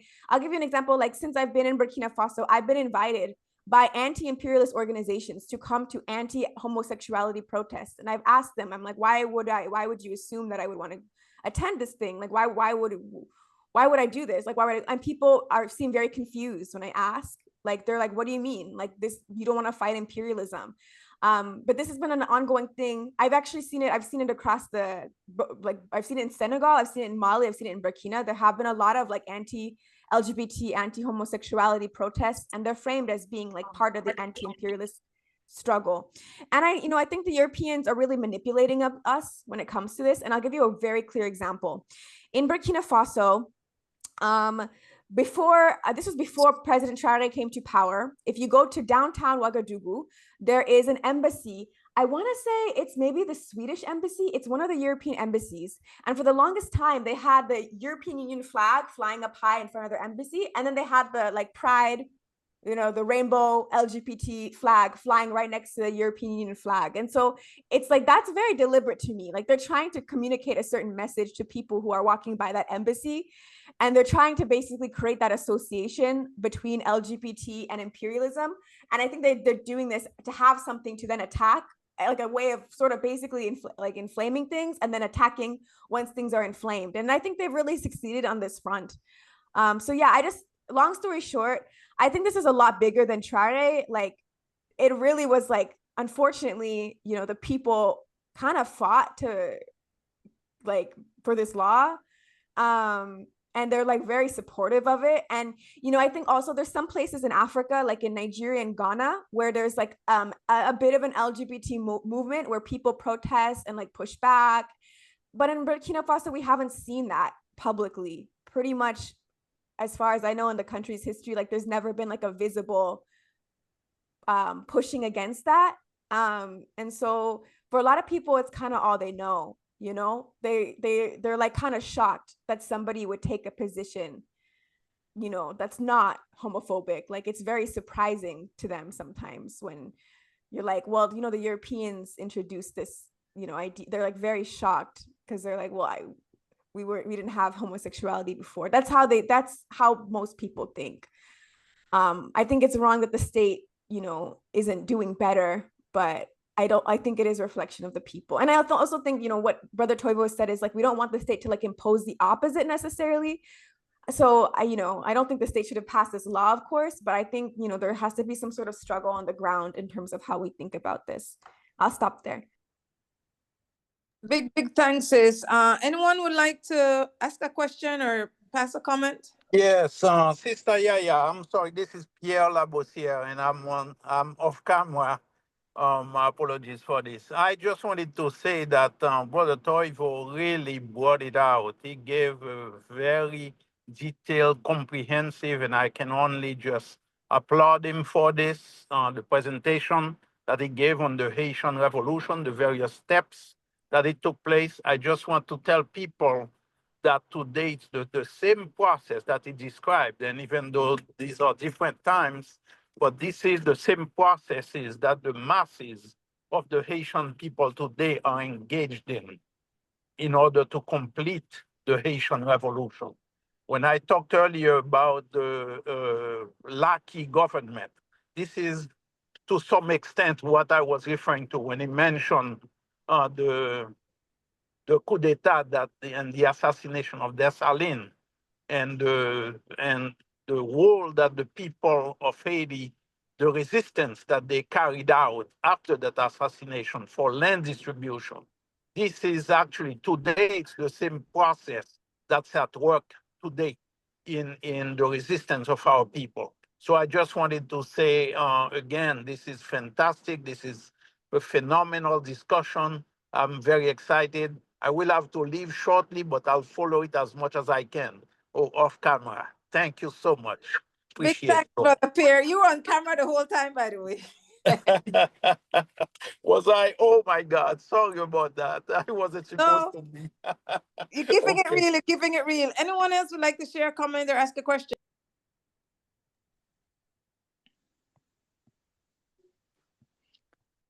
Come on, come on. I shouldn't be hearing crickets. People should be fighting for the mic right now. Maybe I'll jump in real quick. I've wanted to ask this question, and I've asked it of a number of people who've been able to visit AES. So this will be mostly again toward in MSN. And this is some of these things you may be able to answer, and some of them maybe you shouldn't answer in a public setting. And we will see where we go, right? For me, particularly now, I'll jump to the we've been to Haiti, and similarly, I'll jump to maybe my own context in the Namibian, if you will, liberation struggle, right? SWAPO was a rural movement. It was not based in Windhoek. Windhoek in the cities, while indeed important as a capitalist hub of capital accumulation to a global market, right? It is not the heartbeat of the revolution of the SWAPO, at least. It was in the rural areas, particularly in the north. And so for me, my question is, what does the revolution mean to people who are outside of the major cities, particularly those people, as we know, who are in a semi-desert arid condition, have to be moving around consistently. And as we know, those borders across and within the Sahara Desert are not serious. I mean, I don't know how you draw a border in the desert. I mean, some of you can try. Maybe you can get us some sticks and some stones. But the reality is people are moving consistently, right? So for me, my question is, what does the revolution mean outside Ouagadougou? What does it mean in the rural, and I mean 100-person areas, 200-person areas, 300-person areas, 50-person areas, where people are moving consistently, or in those small towns that are right there on the border where they're being hit by some of the folks from deeper in the Sahara. Can you maybe speak to what does that mean to people there, as juxtaposed to what is necessarily it is meaning in the city, right? Particularly the urban areas where concentrations of capital are simply higher, particularly in the areas around some of these mines, some of the laborers who've been pushed into the mines. Just in that sense, what does the revolution mean in the rural area in that sense, outside of Ouagadougou, outside of those, and I mean outside, not like 10 miles. I mean like 100 miles outside, 200 miles outside, where people don't even actually, where their lives are not necessarily centered around what's happening in the capital city. What does that mean for them out there? Thank you for this question. I mean, the first thing I want to say is just to clarify, so how things are in Burkina Faso. I mean, think Burkina Faso, first of all, Burkina Faso is a country where like 80% of the people are rural farmers. It's a rural country. Even when we talk about something like Ouagadougou or Bobo Dioulasso, the two biggest urban areas, if you compare the country to other African cities, the urban-rural divide is pretty minimal. Like, there's a lot of fluidity, I mean, in terms of like people being in Ouagadougou, but they're also like constantly in their villages back and forth, just to kind of paint that picture. The revolution that's happening is overwhelmingly first and foremost impacting farmers. And I think, I think one of the things that's very unfortunate is that this is not, I think the state can be better at communication in general, but if you look at the way the state has been communicating, it's internal. They're focused right now on talking to Burkinabe and not necessarily the world. Like there's no like telesur like English for the Burkina Faso. So I say this all to say the voices that we get from the outside typically are like urban voices, and it's a lot harder for us to like hear directly if you're not there, like the voices of the people in the rural areas. They don't speak French. The vast majority of the country doesn't. It's a different lifestyle, and so it's like these are the voices that we don't tend to hear. And I wish we did, because it's incredible, the things that we are able to access and hear are just, I mean, it's amazing. So for example, there's a video. I speak More, one of the bigger local languages, but not like very well. Like I have like basic conversational More. But I have a friend, a member of the Thomas Sankara Center, who like shows me these videos of farmers and like them to me in real time. And it's like these people who are like crying tears of joy because of the farming equipment they've received from the state, just having their livelihoods transformed, talking about how they're having the best yields of their lives because of the equipment that they're receiving. To be honest, and I don't want to, I want to be careful how I say this, but I'll just be real. Like, I think a lot of people who do support the AES and don't live there, in some ways, some of them would actually be disappointed, because I think on the outside, there's like this really like sexy imagery of like hyper industrialization that's just not reflective of like where people are at. Like, I've seen people send me pictures of like bullet trains, and I'm like, this is not happening in Burkina Faso, to be honest. But what is happening is the farmers are first and foremost being impacted by a lot of these transformations. It's a rural process more so than anything else. And we do have like I have mentioned industrialization. Industrialization means different things to different people, but like in Burkina Faso, industrialization means like my village has, like I mentioned, like a tomato paste factory or something like that. It's not necessarily like large scale. Some people have showed, like, for example, the electric cars. That's not a state project. It's not like there's still private businesses in Burkina Faso. That's a private endeavor that had nothing to do with Ibrahim Traore. What Traore is doing is basically trying to bring food sovereignty to the masses of the people, to the majority. And that's one of the things that I think is just so important. Like, I mentioned the dairy factory that opened in my community in the capital. I think the fact that it's happening in rural communities too, this is not just like, okay, we're going to build like 50 different things in Ouagadougou. It's like, how can we spread this out as much as possible? I think that's what's one of the most impressive things. And then there's also, there's an ongoing process. Just to say, like, the security question is very important. And it's like, I think a lot of times when people are upset that like we haven't, where's the vote? That's a question I sometimes get. Like, when are they going to hold elections to legitimize this? Like, it's hard to do that in a context where a lot of the country isn't liberated. There are places where it's still difficult, not necessarily in Burkina. I think Mali has more of that challenge than anywhere else, even though Mali did liberate one of the biggest terrorist strongholds, Kidal. This is an ongoing problem that does impact the rural communities the most. The security, here's what I'll say, like the western side of the country of Burkina Faso along the Mali border, that area was liberated. And I mean, that's incredible, because when I first moved to Burkina Faso, traveling by road between Bamako and Ouagadougou was considered like a death sentence. Of course, people do it. The Sahel has the world's largest nomadic population, on earth. So people have done it, they'll always do it. But for a lot of people who have done that for like, forever, a lot of them were like, don't do it, we're not doing that right now, or it's on pause. And now you can do it. It's common. So many members of the Thomas Sankara Center have gone there by bus, but other zones have been attacked. And I think it's an important thing to understand. Like, it's kind of a thing where it's like the more you fight it, also like the more the imperialists are trying to prove their point. I think especially for Niger didn't have that many terrorist attacks relative to Burkina and Mali, but they kicked out AFRICOM. And now it's accelerating. And I really think that the message that's trying to be sent is like, this is what happens when you expel us. Like, kind of a you were better when we were around type message is what they want. They're trying to defeat morale.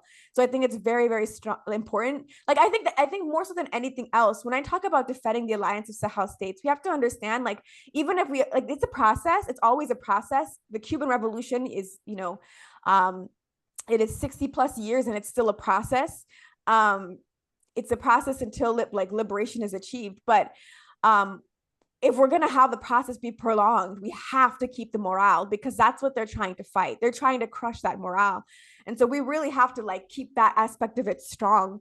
And that's part of it as well. The imperialists are constantly flooding us with propaganda. Propaganda is something that can be positive or negative, but we need to have the kind of propaganda that makes people continue to fight and struggle in defense of the process that's being built in the Sahel. I'm like off question now, so off topic from where I started. So I'll stop. It's wonderful, wonderful. Yes, indeed, sis. Big thanks. I had a question that it's not an original question. Someone else brought it up some time ago, and I thought it was a good question. As it relates to the leadership, we don't see the sisters. We're the sisters who are not just there to say, check the gender box, but the sisters who have equal power in the leadership. Can you answer that question? And then after that, we have Joseph. I see he has his hand up. I'll be really honest with you. I do think that's a very fair critique, especially like in the context of comparing the current process in Burkina Faso to the Sankara era. I don't think that there's been as much of an explicit emphasis on, women's emancipation as there was in the past. A little bit, Ibrahim Traoré has given speeches about the importance of women's roles and come out during International Women's Day, which is a really big deal in Burkina Faso. But I think that's something that I would like to see further developed. On the grassroots level, the women have a huge role, particularly in Niger. Like, I'm very impressed by the way, there's like these massive women's organizations with thousands of women who have come together to organize and fight against imperialism for Pan-African unity in the defense of the Alliance of Sahel states. One of the ones that we work with in Niger is called Les Femmes Engagées pour le sauvegarde de la patrie. It's like the women committed to the safeguarding of the homeland, which is like a very powerful force in the country. But I'm not gonna lie, I do think it's lacking, especially if we compare it to like 1980s under Sankara, and even then, that was still a process. So yeah, it's something I would like to see more of, in terms of like, especially in terms of like the leadership, like yeah. Big respect. Thanks, sis. Brother Antoine, you may go ahead. Yes, thank you very much, and good night, and solidarity to everyone on this call. I think it's very important that we help people not to romanticize the revolution in the Sahel, because the same mistake we were making in the Grenada Revolution, where people just had an image, especially from the outside, but didn't understand the complexity that we had to deal with, especially when it came to the working of the imperialists, in terms of doing everything to undermine and to show division and also paranoia and so on. So it's very important that we have to help people to distinguish when something is authentic. I see a lot of people getting excited about certain videos and so on, and I could tell because I'm fortunate I had some experience in media, so I can detect very quickly what is authentic and what is not authentic. A few weeks ago, we had 2 weeks ago actually, out of London, Caribbean Labour Solidarity had a session in which Dr. Velva Bowles of Louisiana, who went to Burkina, she's a medical doctor, and she gave a similar account that is being given here, especially by the sister from Burkina Faso, is that a lot is being done. It's not as glamorous as you would see on the video. So we need to help people to understand, but she also gave an advice. When you go in there, or when you're going to Africa, don't go there acting as if Africa owes you something, notwithstanding the fact that you were taken away from Africa, but go there with respect and with humility, in terms of you're willing to contribute. Because apparently some people, gone there, including Wadamaya, and expected to see the leader just like that, not taking into account that there is security issue.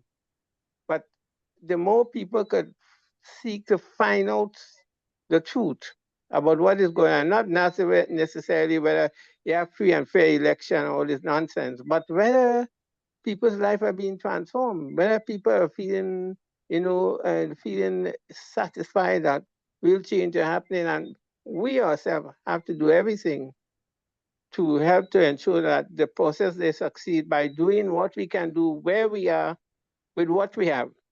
Thank you.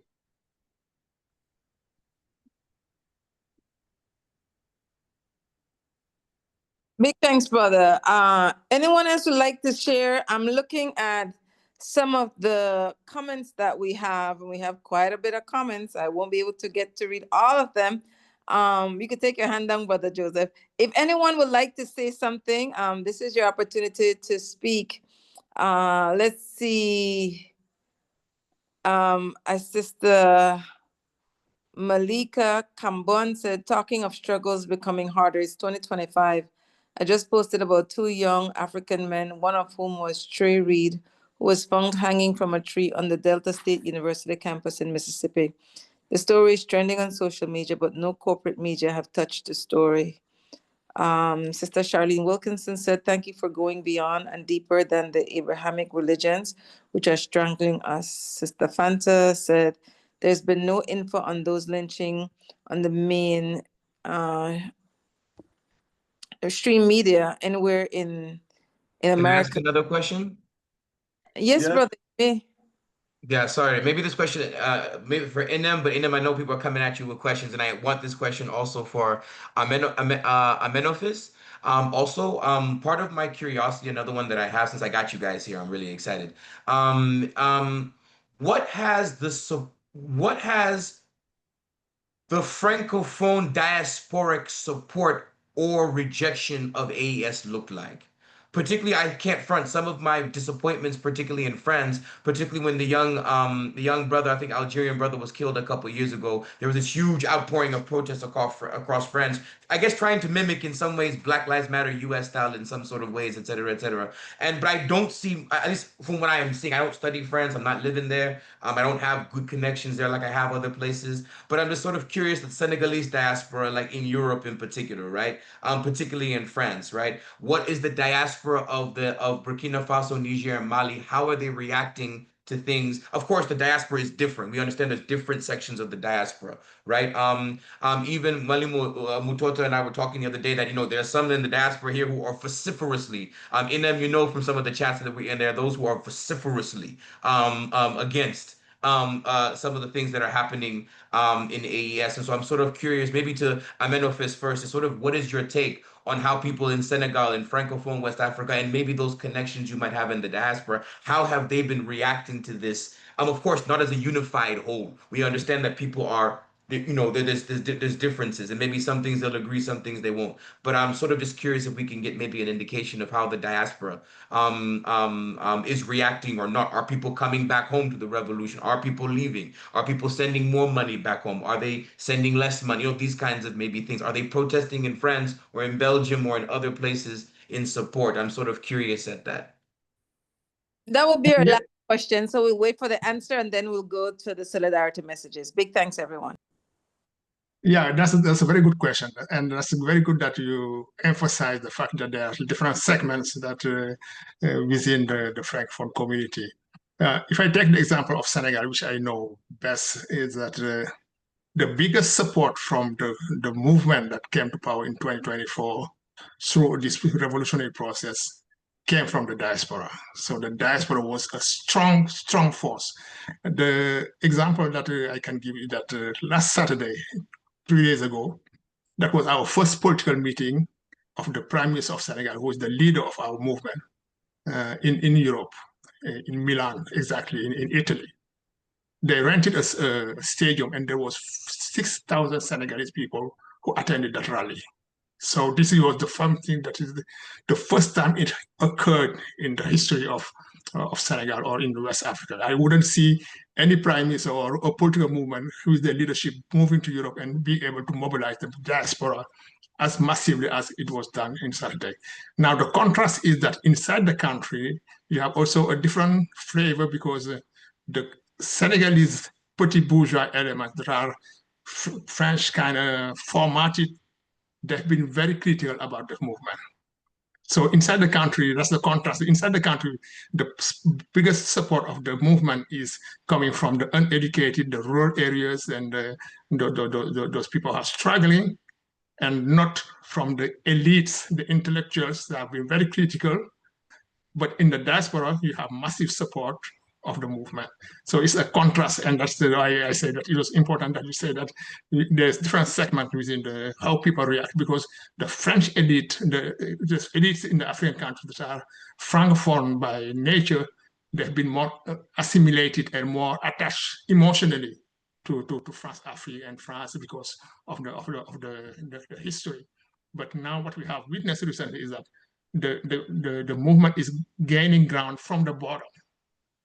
So the youth that doesn't have jobs, the youth that you see trying to cross the Sahara Desert to go to immigrate in Spain or in Europe to find jobs. Those are the ones who are supporting this radical transformation more than the elites, which is very different because during the National Liberation Movement, we see that a lot of the leaders of the National Liberation Movement were coming from a petit bourgeois background, and the one who are organizing the National Liberation Movement, whether it is with Amilcar Cabral in Guinea-Bissau, which is people like Steve Biko in South Africa, Eduardo Mondlane in the Portuguese colonies, all those who are coming from the petit bourgeois type of elites.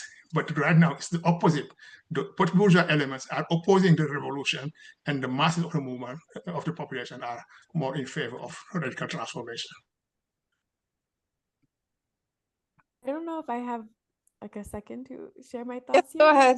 I know I've talked a lot. I just, I think it's kind of interesting. I went to Paris earlier this year, and I go every now and then. And we have an All African People's Revolutionary Party section in Paris, in France. So I'd be remiss to say there's not some Africans who are out, doing revolutionary organizing and defending the AES. But I will say, I am a little disappointed as well, and not even necessarily like the diaspora's position with the AES but more like I'm kind of surprised by the weakness of the general anti-imperialist support for Africa in Europe. And I don't want to be I don't want to. So the United States is never going to be a model of anti-imperialism ever, and so I'll never ever hold up the U.S. like a true example. But I will say, at the very least, there is kind of a bit of an anti-imperialist movement in the U.S. in connection to Latin America. And even though my background is from Nigeria, I grew up in the U.S. before moving to West Africa. I was politicized through a lot of the movement that exists between the U.S. left and particularly Pan-African, African nationalist kind of spaces, and the Americas and this fight against imperialism in the region. And I really kind of expected that Europe would have a relationship like that with the African continent. There would be some effort, I guess, to have a real people-to-people solidarity struggle, because Africa and Europe have that proximity that the United States shares with Latin America. It's not like Africans and indigenous people in the US or students are drowning in money. They're definitely not, but there's still a real effort to try to have solidarity delegations, to try to have workshops that talk about Cuba, to talk about Venezuela, to talk about Nicaragua, to talk about struggles across the Americas. I mean, that's my background in terms of how I ended up, in Pan-African spaces, and then also through my own Nigerian background. But that really pushed me, and I don't really see that coming out of Europe as a whole. If anything, weirdly enough, where I see that more is actually in Germany. I have African. I'm seeing Toivo's reaction. I have African brothers, sisters, comrades who are in Germany, and actually they are the ones that are more political, that they actually have a lot of Pan-African, very pro Alliance of Sahel States organizations. But I don't really see it out of Europe as a whole, not to come down too hard on our diaspora out there, but it's not even just them though. In general, there's not a European left that seems to care about Africa the way I think the kind of have at least a little bit of something in the US. Again, very much worth being critical of still, but. Big thanks, sis. Now we have solidarity statements from Brother Ray Samuel from the Republic of Trinidad and Tobago, then Brother Alistair Thomas from Antigua and Barbuda, and then Brother Corey Giles from Trinidad and Tobago. You each have 3 minutes.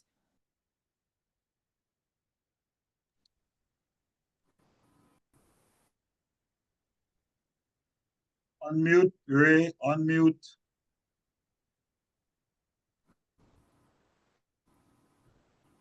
Yeah. Am I on? Yes.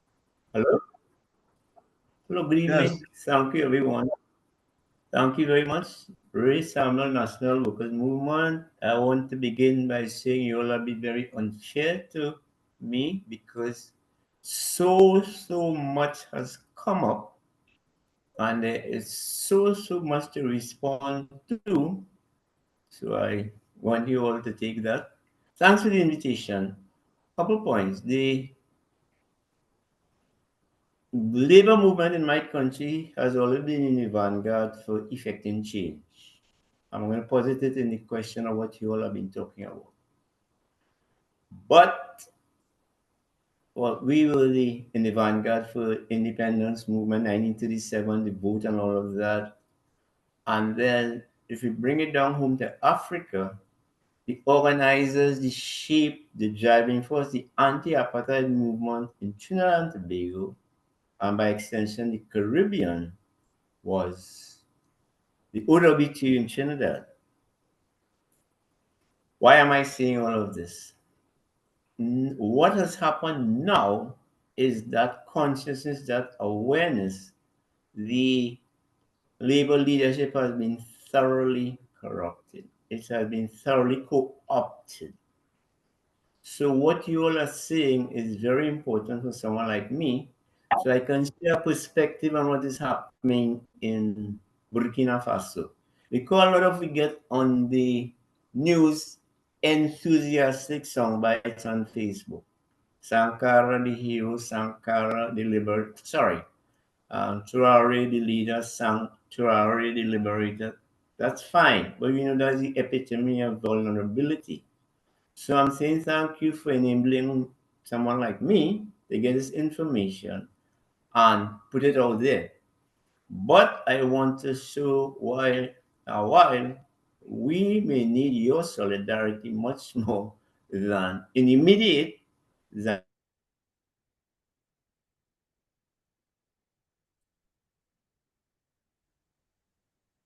Froze. He look like he is frozen. We'll give him a sec to see if he'll come back, and then if not, Brother Alistair, you may go ahead. Let Brother Alistair go ahead. Go ahead, Brother Alistair. Good evening, brothers and sisters. perspective on what's happening in. Good evening. Good evening. Brother Samuel was trying to come back, but go ahead, Brother Alistair. If he's coming back, please permit him to, so he could complete.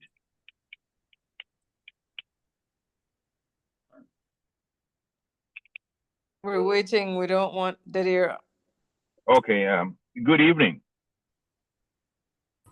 My name is Alistair Thomas, and I don't know what introduction. My apologies. I had some technical problem to connect in the earlies and my location, but for what I was able to grasp, I found a very interesting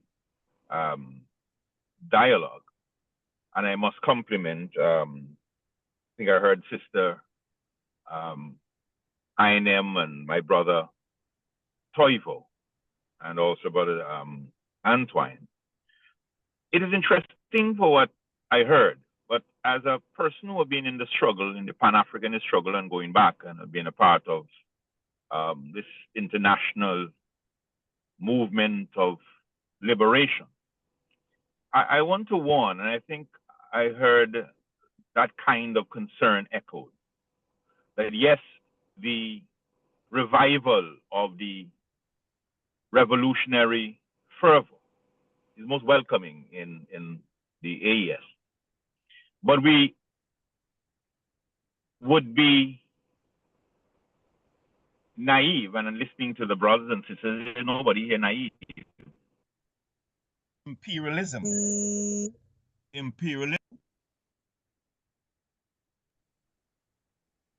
At this moment, to me, is at its most aggressive, most indiscriminate, and most barbaric stage. If we take my hemisphere, for instance, Venezuela, in the Americas, period of time, is a desperate reaction, a desperate response. So that I think it's very early in the AES, I would say, early period of its revolutionary attempt. There are many things to compliment, but the aggressive state in which imperialism has unleashed its responses of losing some of its hold Francophone influence from its inception, how it has raped the Francophone nation, and the state of the effect. You take France, for instance, how the Sahel, I would say, early liberation attempt, how it's affected its economy.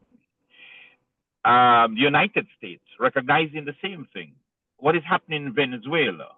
What is happening in Guyana? What is happening in Haiti? It's not only that there is this new desperate attempt to ensure that with their competing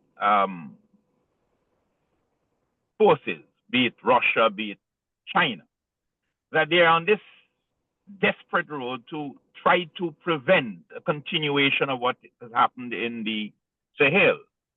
I don't think they have focused their barbaric and counter-revolutionary measures fully because their hands are so full. They want to ensure they get their hands in control of the resources of Venezuela. I think they have been aggravated about Haiti not surrendering. Cuba is going after 60 years. And I think this should be the best example of this conversation. But here's Cuba, one of the most successful post-colonial or post-imperialist revolution. The successes of the human resource contribution to Africa, the diaspora, the Caribbean is unchallenged. 2 minutes, scholarship. Right. And I'm saying in this context, we should be very guarded in recognizing that at this stage, imperialism is not going to sit idle by. And what I would hope in the next dialogue that we have is how we prepare recognizing what has happened or what is happening to Cuba and how they're using all the mechanism of blackmail and all the mining and all the things about tariff. So I think as much as I want us to give the support to the Sahel, the AES, we must also recognize that a war is ongoing, and I don't think we are preparing ourselves sufficiently and learn enough from experience if we want to ensure that Sahel becomes, or the AES becomes, a success story. Because we have had Libya, we have had Cuba, and now we have the Venezuela, the attempt to reverse it and to put in their puppet. So I just want to say thanks again and want to compliment those who have made tremendous contribution, and I hope this go beyond dialogue, conversation, and Zoom chat, so that we can strengthen our solidarity in trying to advance a genuine process of revolution, be it in the diaspora, be it in the African continent or the Caribbean. Thank you. Big respect, brother. Brother Ray, you have 3 minutes to finish up your thoughts. Yeah, I was just saying thank you very, very much. This program is very important because that level of consciousness about events in the environment is not out there. We get two sets, legacy media or enthusiastic people who are doing it on Facebook, Choro the hero, but we know the limitations of having a supreme leader when he's moved on.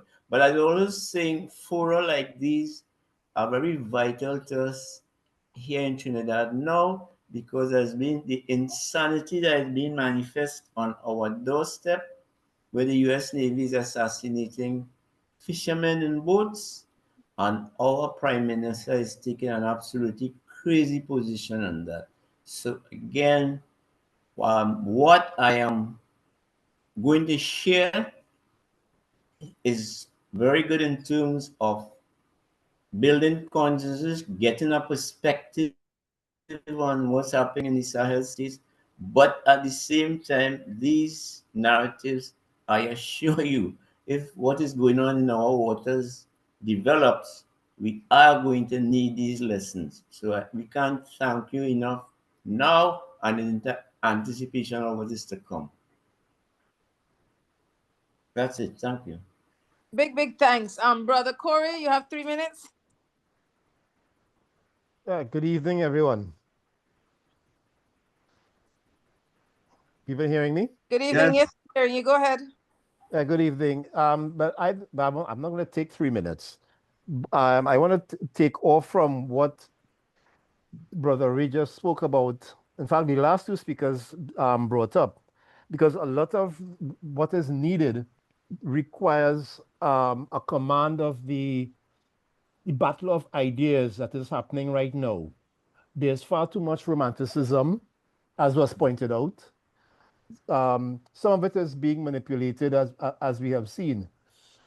We need a form of to solidify the solidarity. What I'm trying to say is that, hello? We're Yes, hearing we're you. hearing you. Yeah. With regards to what Ray was saying, and he and I had this conversation just last night. I think one of the things that would be vital to solidifying this sense of internationalism. I've been looking at the Faso Mebo initiative that was being undertaken by Comrade Traore, and it reminds me of something that was proposed here in Trinidad in the 1970s and 80s, but clearly has been carried to a whole different level in Burkina Faso. And I think if we look at that, the way in which they are utilizing unemployed youths to conduct construction work in their own communities in a way that circumvents the use of private contractors and opening the way for corruption. I think that measure by itself can go a long way in, for want of a better term, legitimizing the struggle that is taking and the transformation that is taking place in the Sahel by showing the parallels between what is happening in the Sahel and what is being done in the Caribbean, in the diaspora, particularly in Trinidad, where there is a huge battle of information in order to manufacture consent for this renewed form of imperialism that is taking place against not just Venezuela, but against the entire Western Hemisphere, as the United States in particular is trying to solidify the militarization of the region in order to secure it and its resources for coming conflicts that they intend to have against China and again Africa in the near future. So that's what I want to I just want to put that on the table. Oh, I wasn't rambling too much. You're good, brother. Give thanks. We're good with timing. We should be wrapping up in about 10 minutes or so. Brother Akko, closing remarks. So, Sister Yaya, thanks. Before we do closing remarks, I would like to offer our guests a couple minutes to make final comments. So we can start with Brother Toivo to make some final comments, and followed by Brother Ahmed, and then Sister Inem. I just want to express solidarity and thankfulness for being here. Thank you all for engaging, and I hope we can engage further and, of course, organize where you are right now. It's good to look at Sahel and the AES, but we must organize where we are. Thank you. Brother Ahmed? Yeah, I would like to give thanks to the organizers also and express my solidarity with our brothers and sisters in the Caribbean and in the larger African diaspora, and invite just people to still keep their critical thinking process in order to evaluate what's happening, not from a negative perspective, but in order to be able to have a concrete analysis of what's happening on the ground in order to be able to bring some solution and fix some of the challenges going forward. It doesn't help to move into some type of romanticization or of pulling or promoting individual person, because we know that the revolutionary process takes much more than just having a charismatic leader. It may be needed at a historic point in time, but we need to be focused on the mass of the population, because revolutions are made by people, and the objective is to transform the living condition of those people, and that's the indicator that we have to use to measure whether or not we succeed in the revolution. Thank you very much. Thank you, Sister Inem. Thank you. I really appreciate being able to, come and to share and exchange with all of you. I just want to point out, one way of thinking about what's going on right now is if you look at Kwame Nkrumah's book, The Handbook of Revolutionary Warfare, which was published in the 1960s, he divides Africa into three categories. He talks about zones under enemy control, which are, neo-colonial countries, contested zones. In that context, he's talking about countries like Guinea-Bissau. He's talking about countries like Mozambique, Angola, where there's an armed struggle to overthrow the reactionary forces and put into power the revolutionary forces. And then he talks about liberated zones, where the people have taken power over the state and have basically overthrown the neo-colonial process or the neo-colonial power to create a revolutionary process that is, designed to bring the sovereignty back to the people, increase local production, power to the people, part of this process of reversing the imperialist system that's dominated Africa over now many centuries. If we bring that into a 21st century context, 2025, the Alliance of Sahel States, that's a liberated zone. And so I think it's of utmost importance that as African people worldwide, we protect and defend the Alliance of Sahel States. If I understand romanticizing things is definitely an issue because there's a lot of fake news. And I think we're in the era of fake news. We're in the era of AI confusion right now. And I think it's hitting us very hard, humanity in terms of not knowing what to believe. But I also understand that the ultimate goal of imperialist countries in a context, facing what's happening in the Sahel is to manufacture consent that will ultimately lead to their ability to destabilize and overthrow these processes. So we cannot allow the Western countries, the imperialist countries, the enemies of Africa to manufacture consent that will allow them to penetrate and destabilize this process.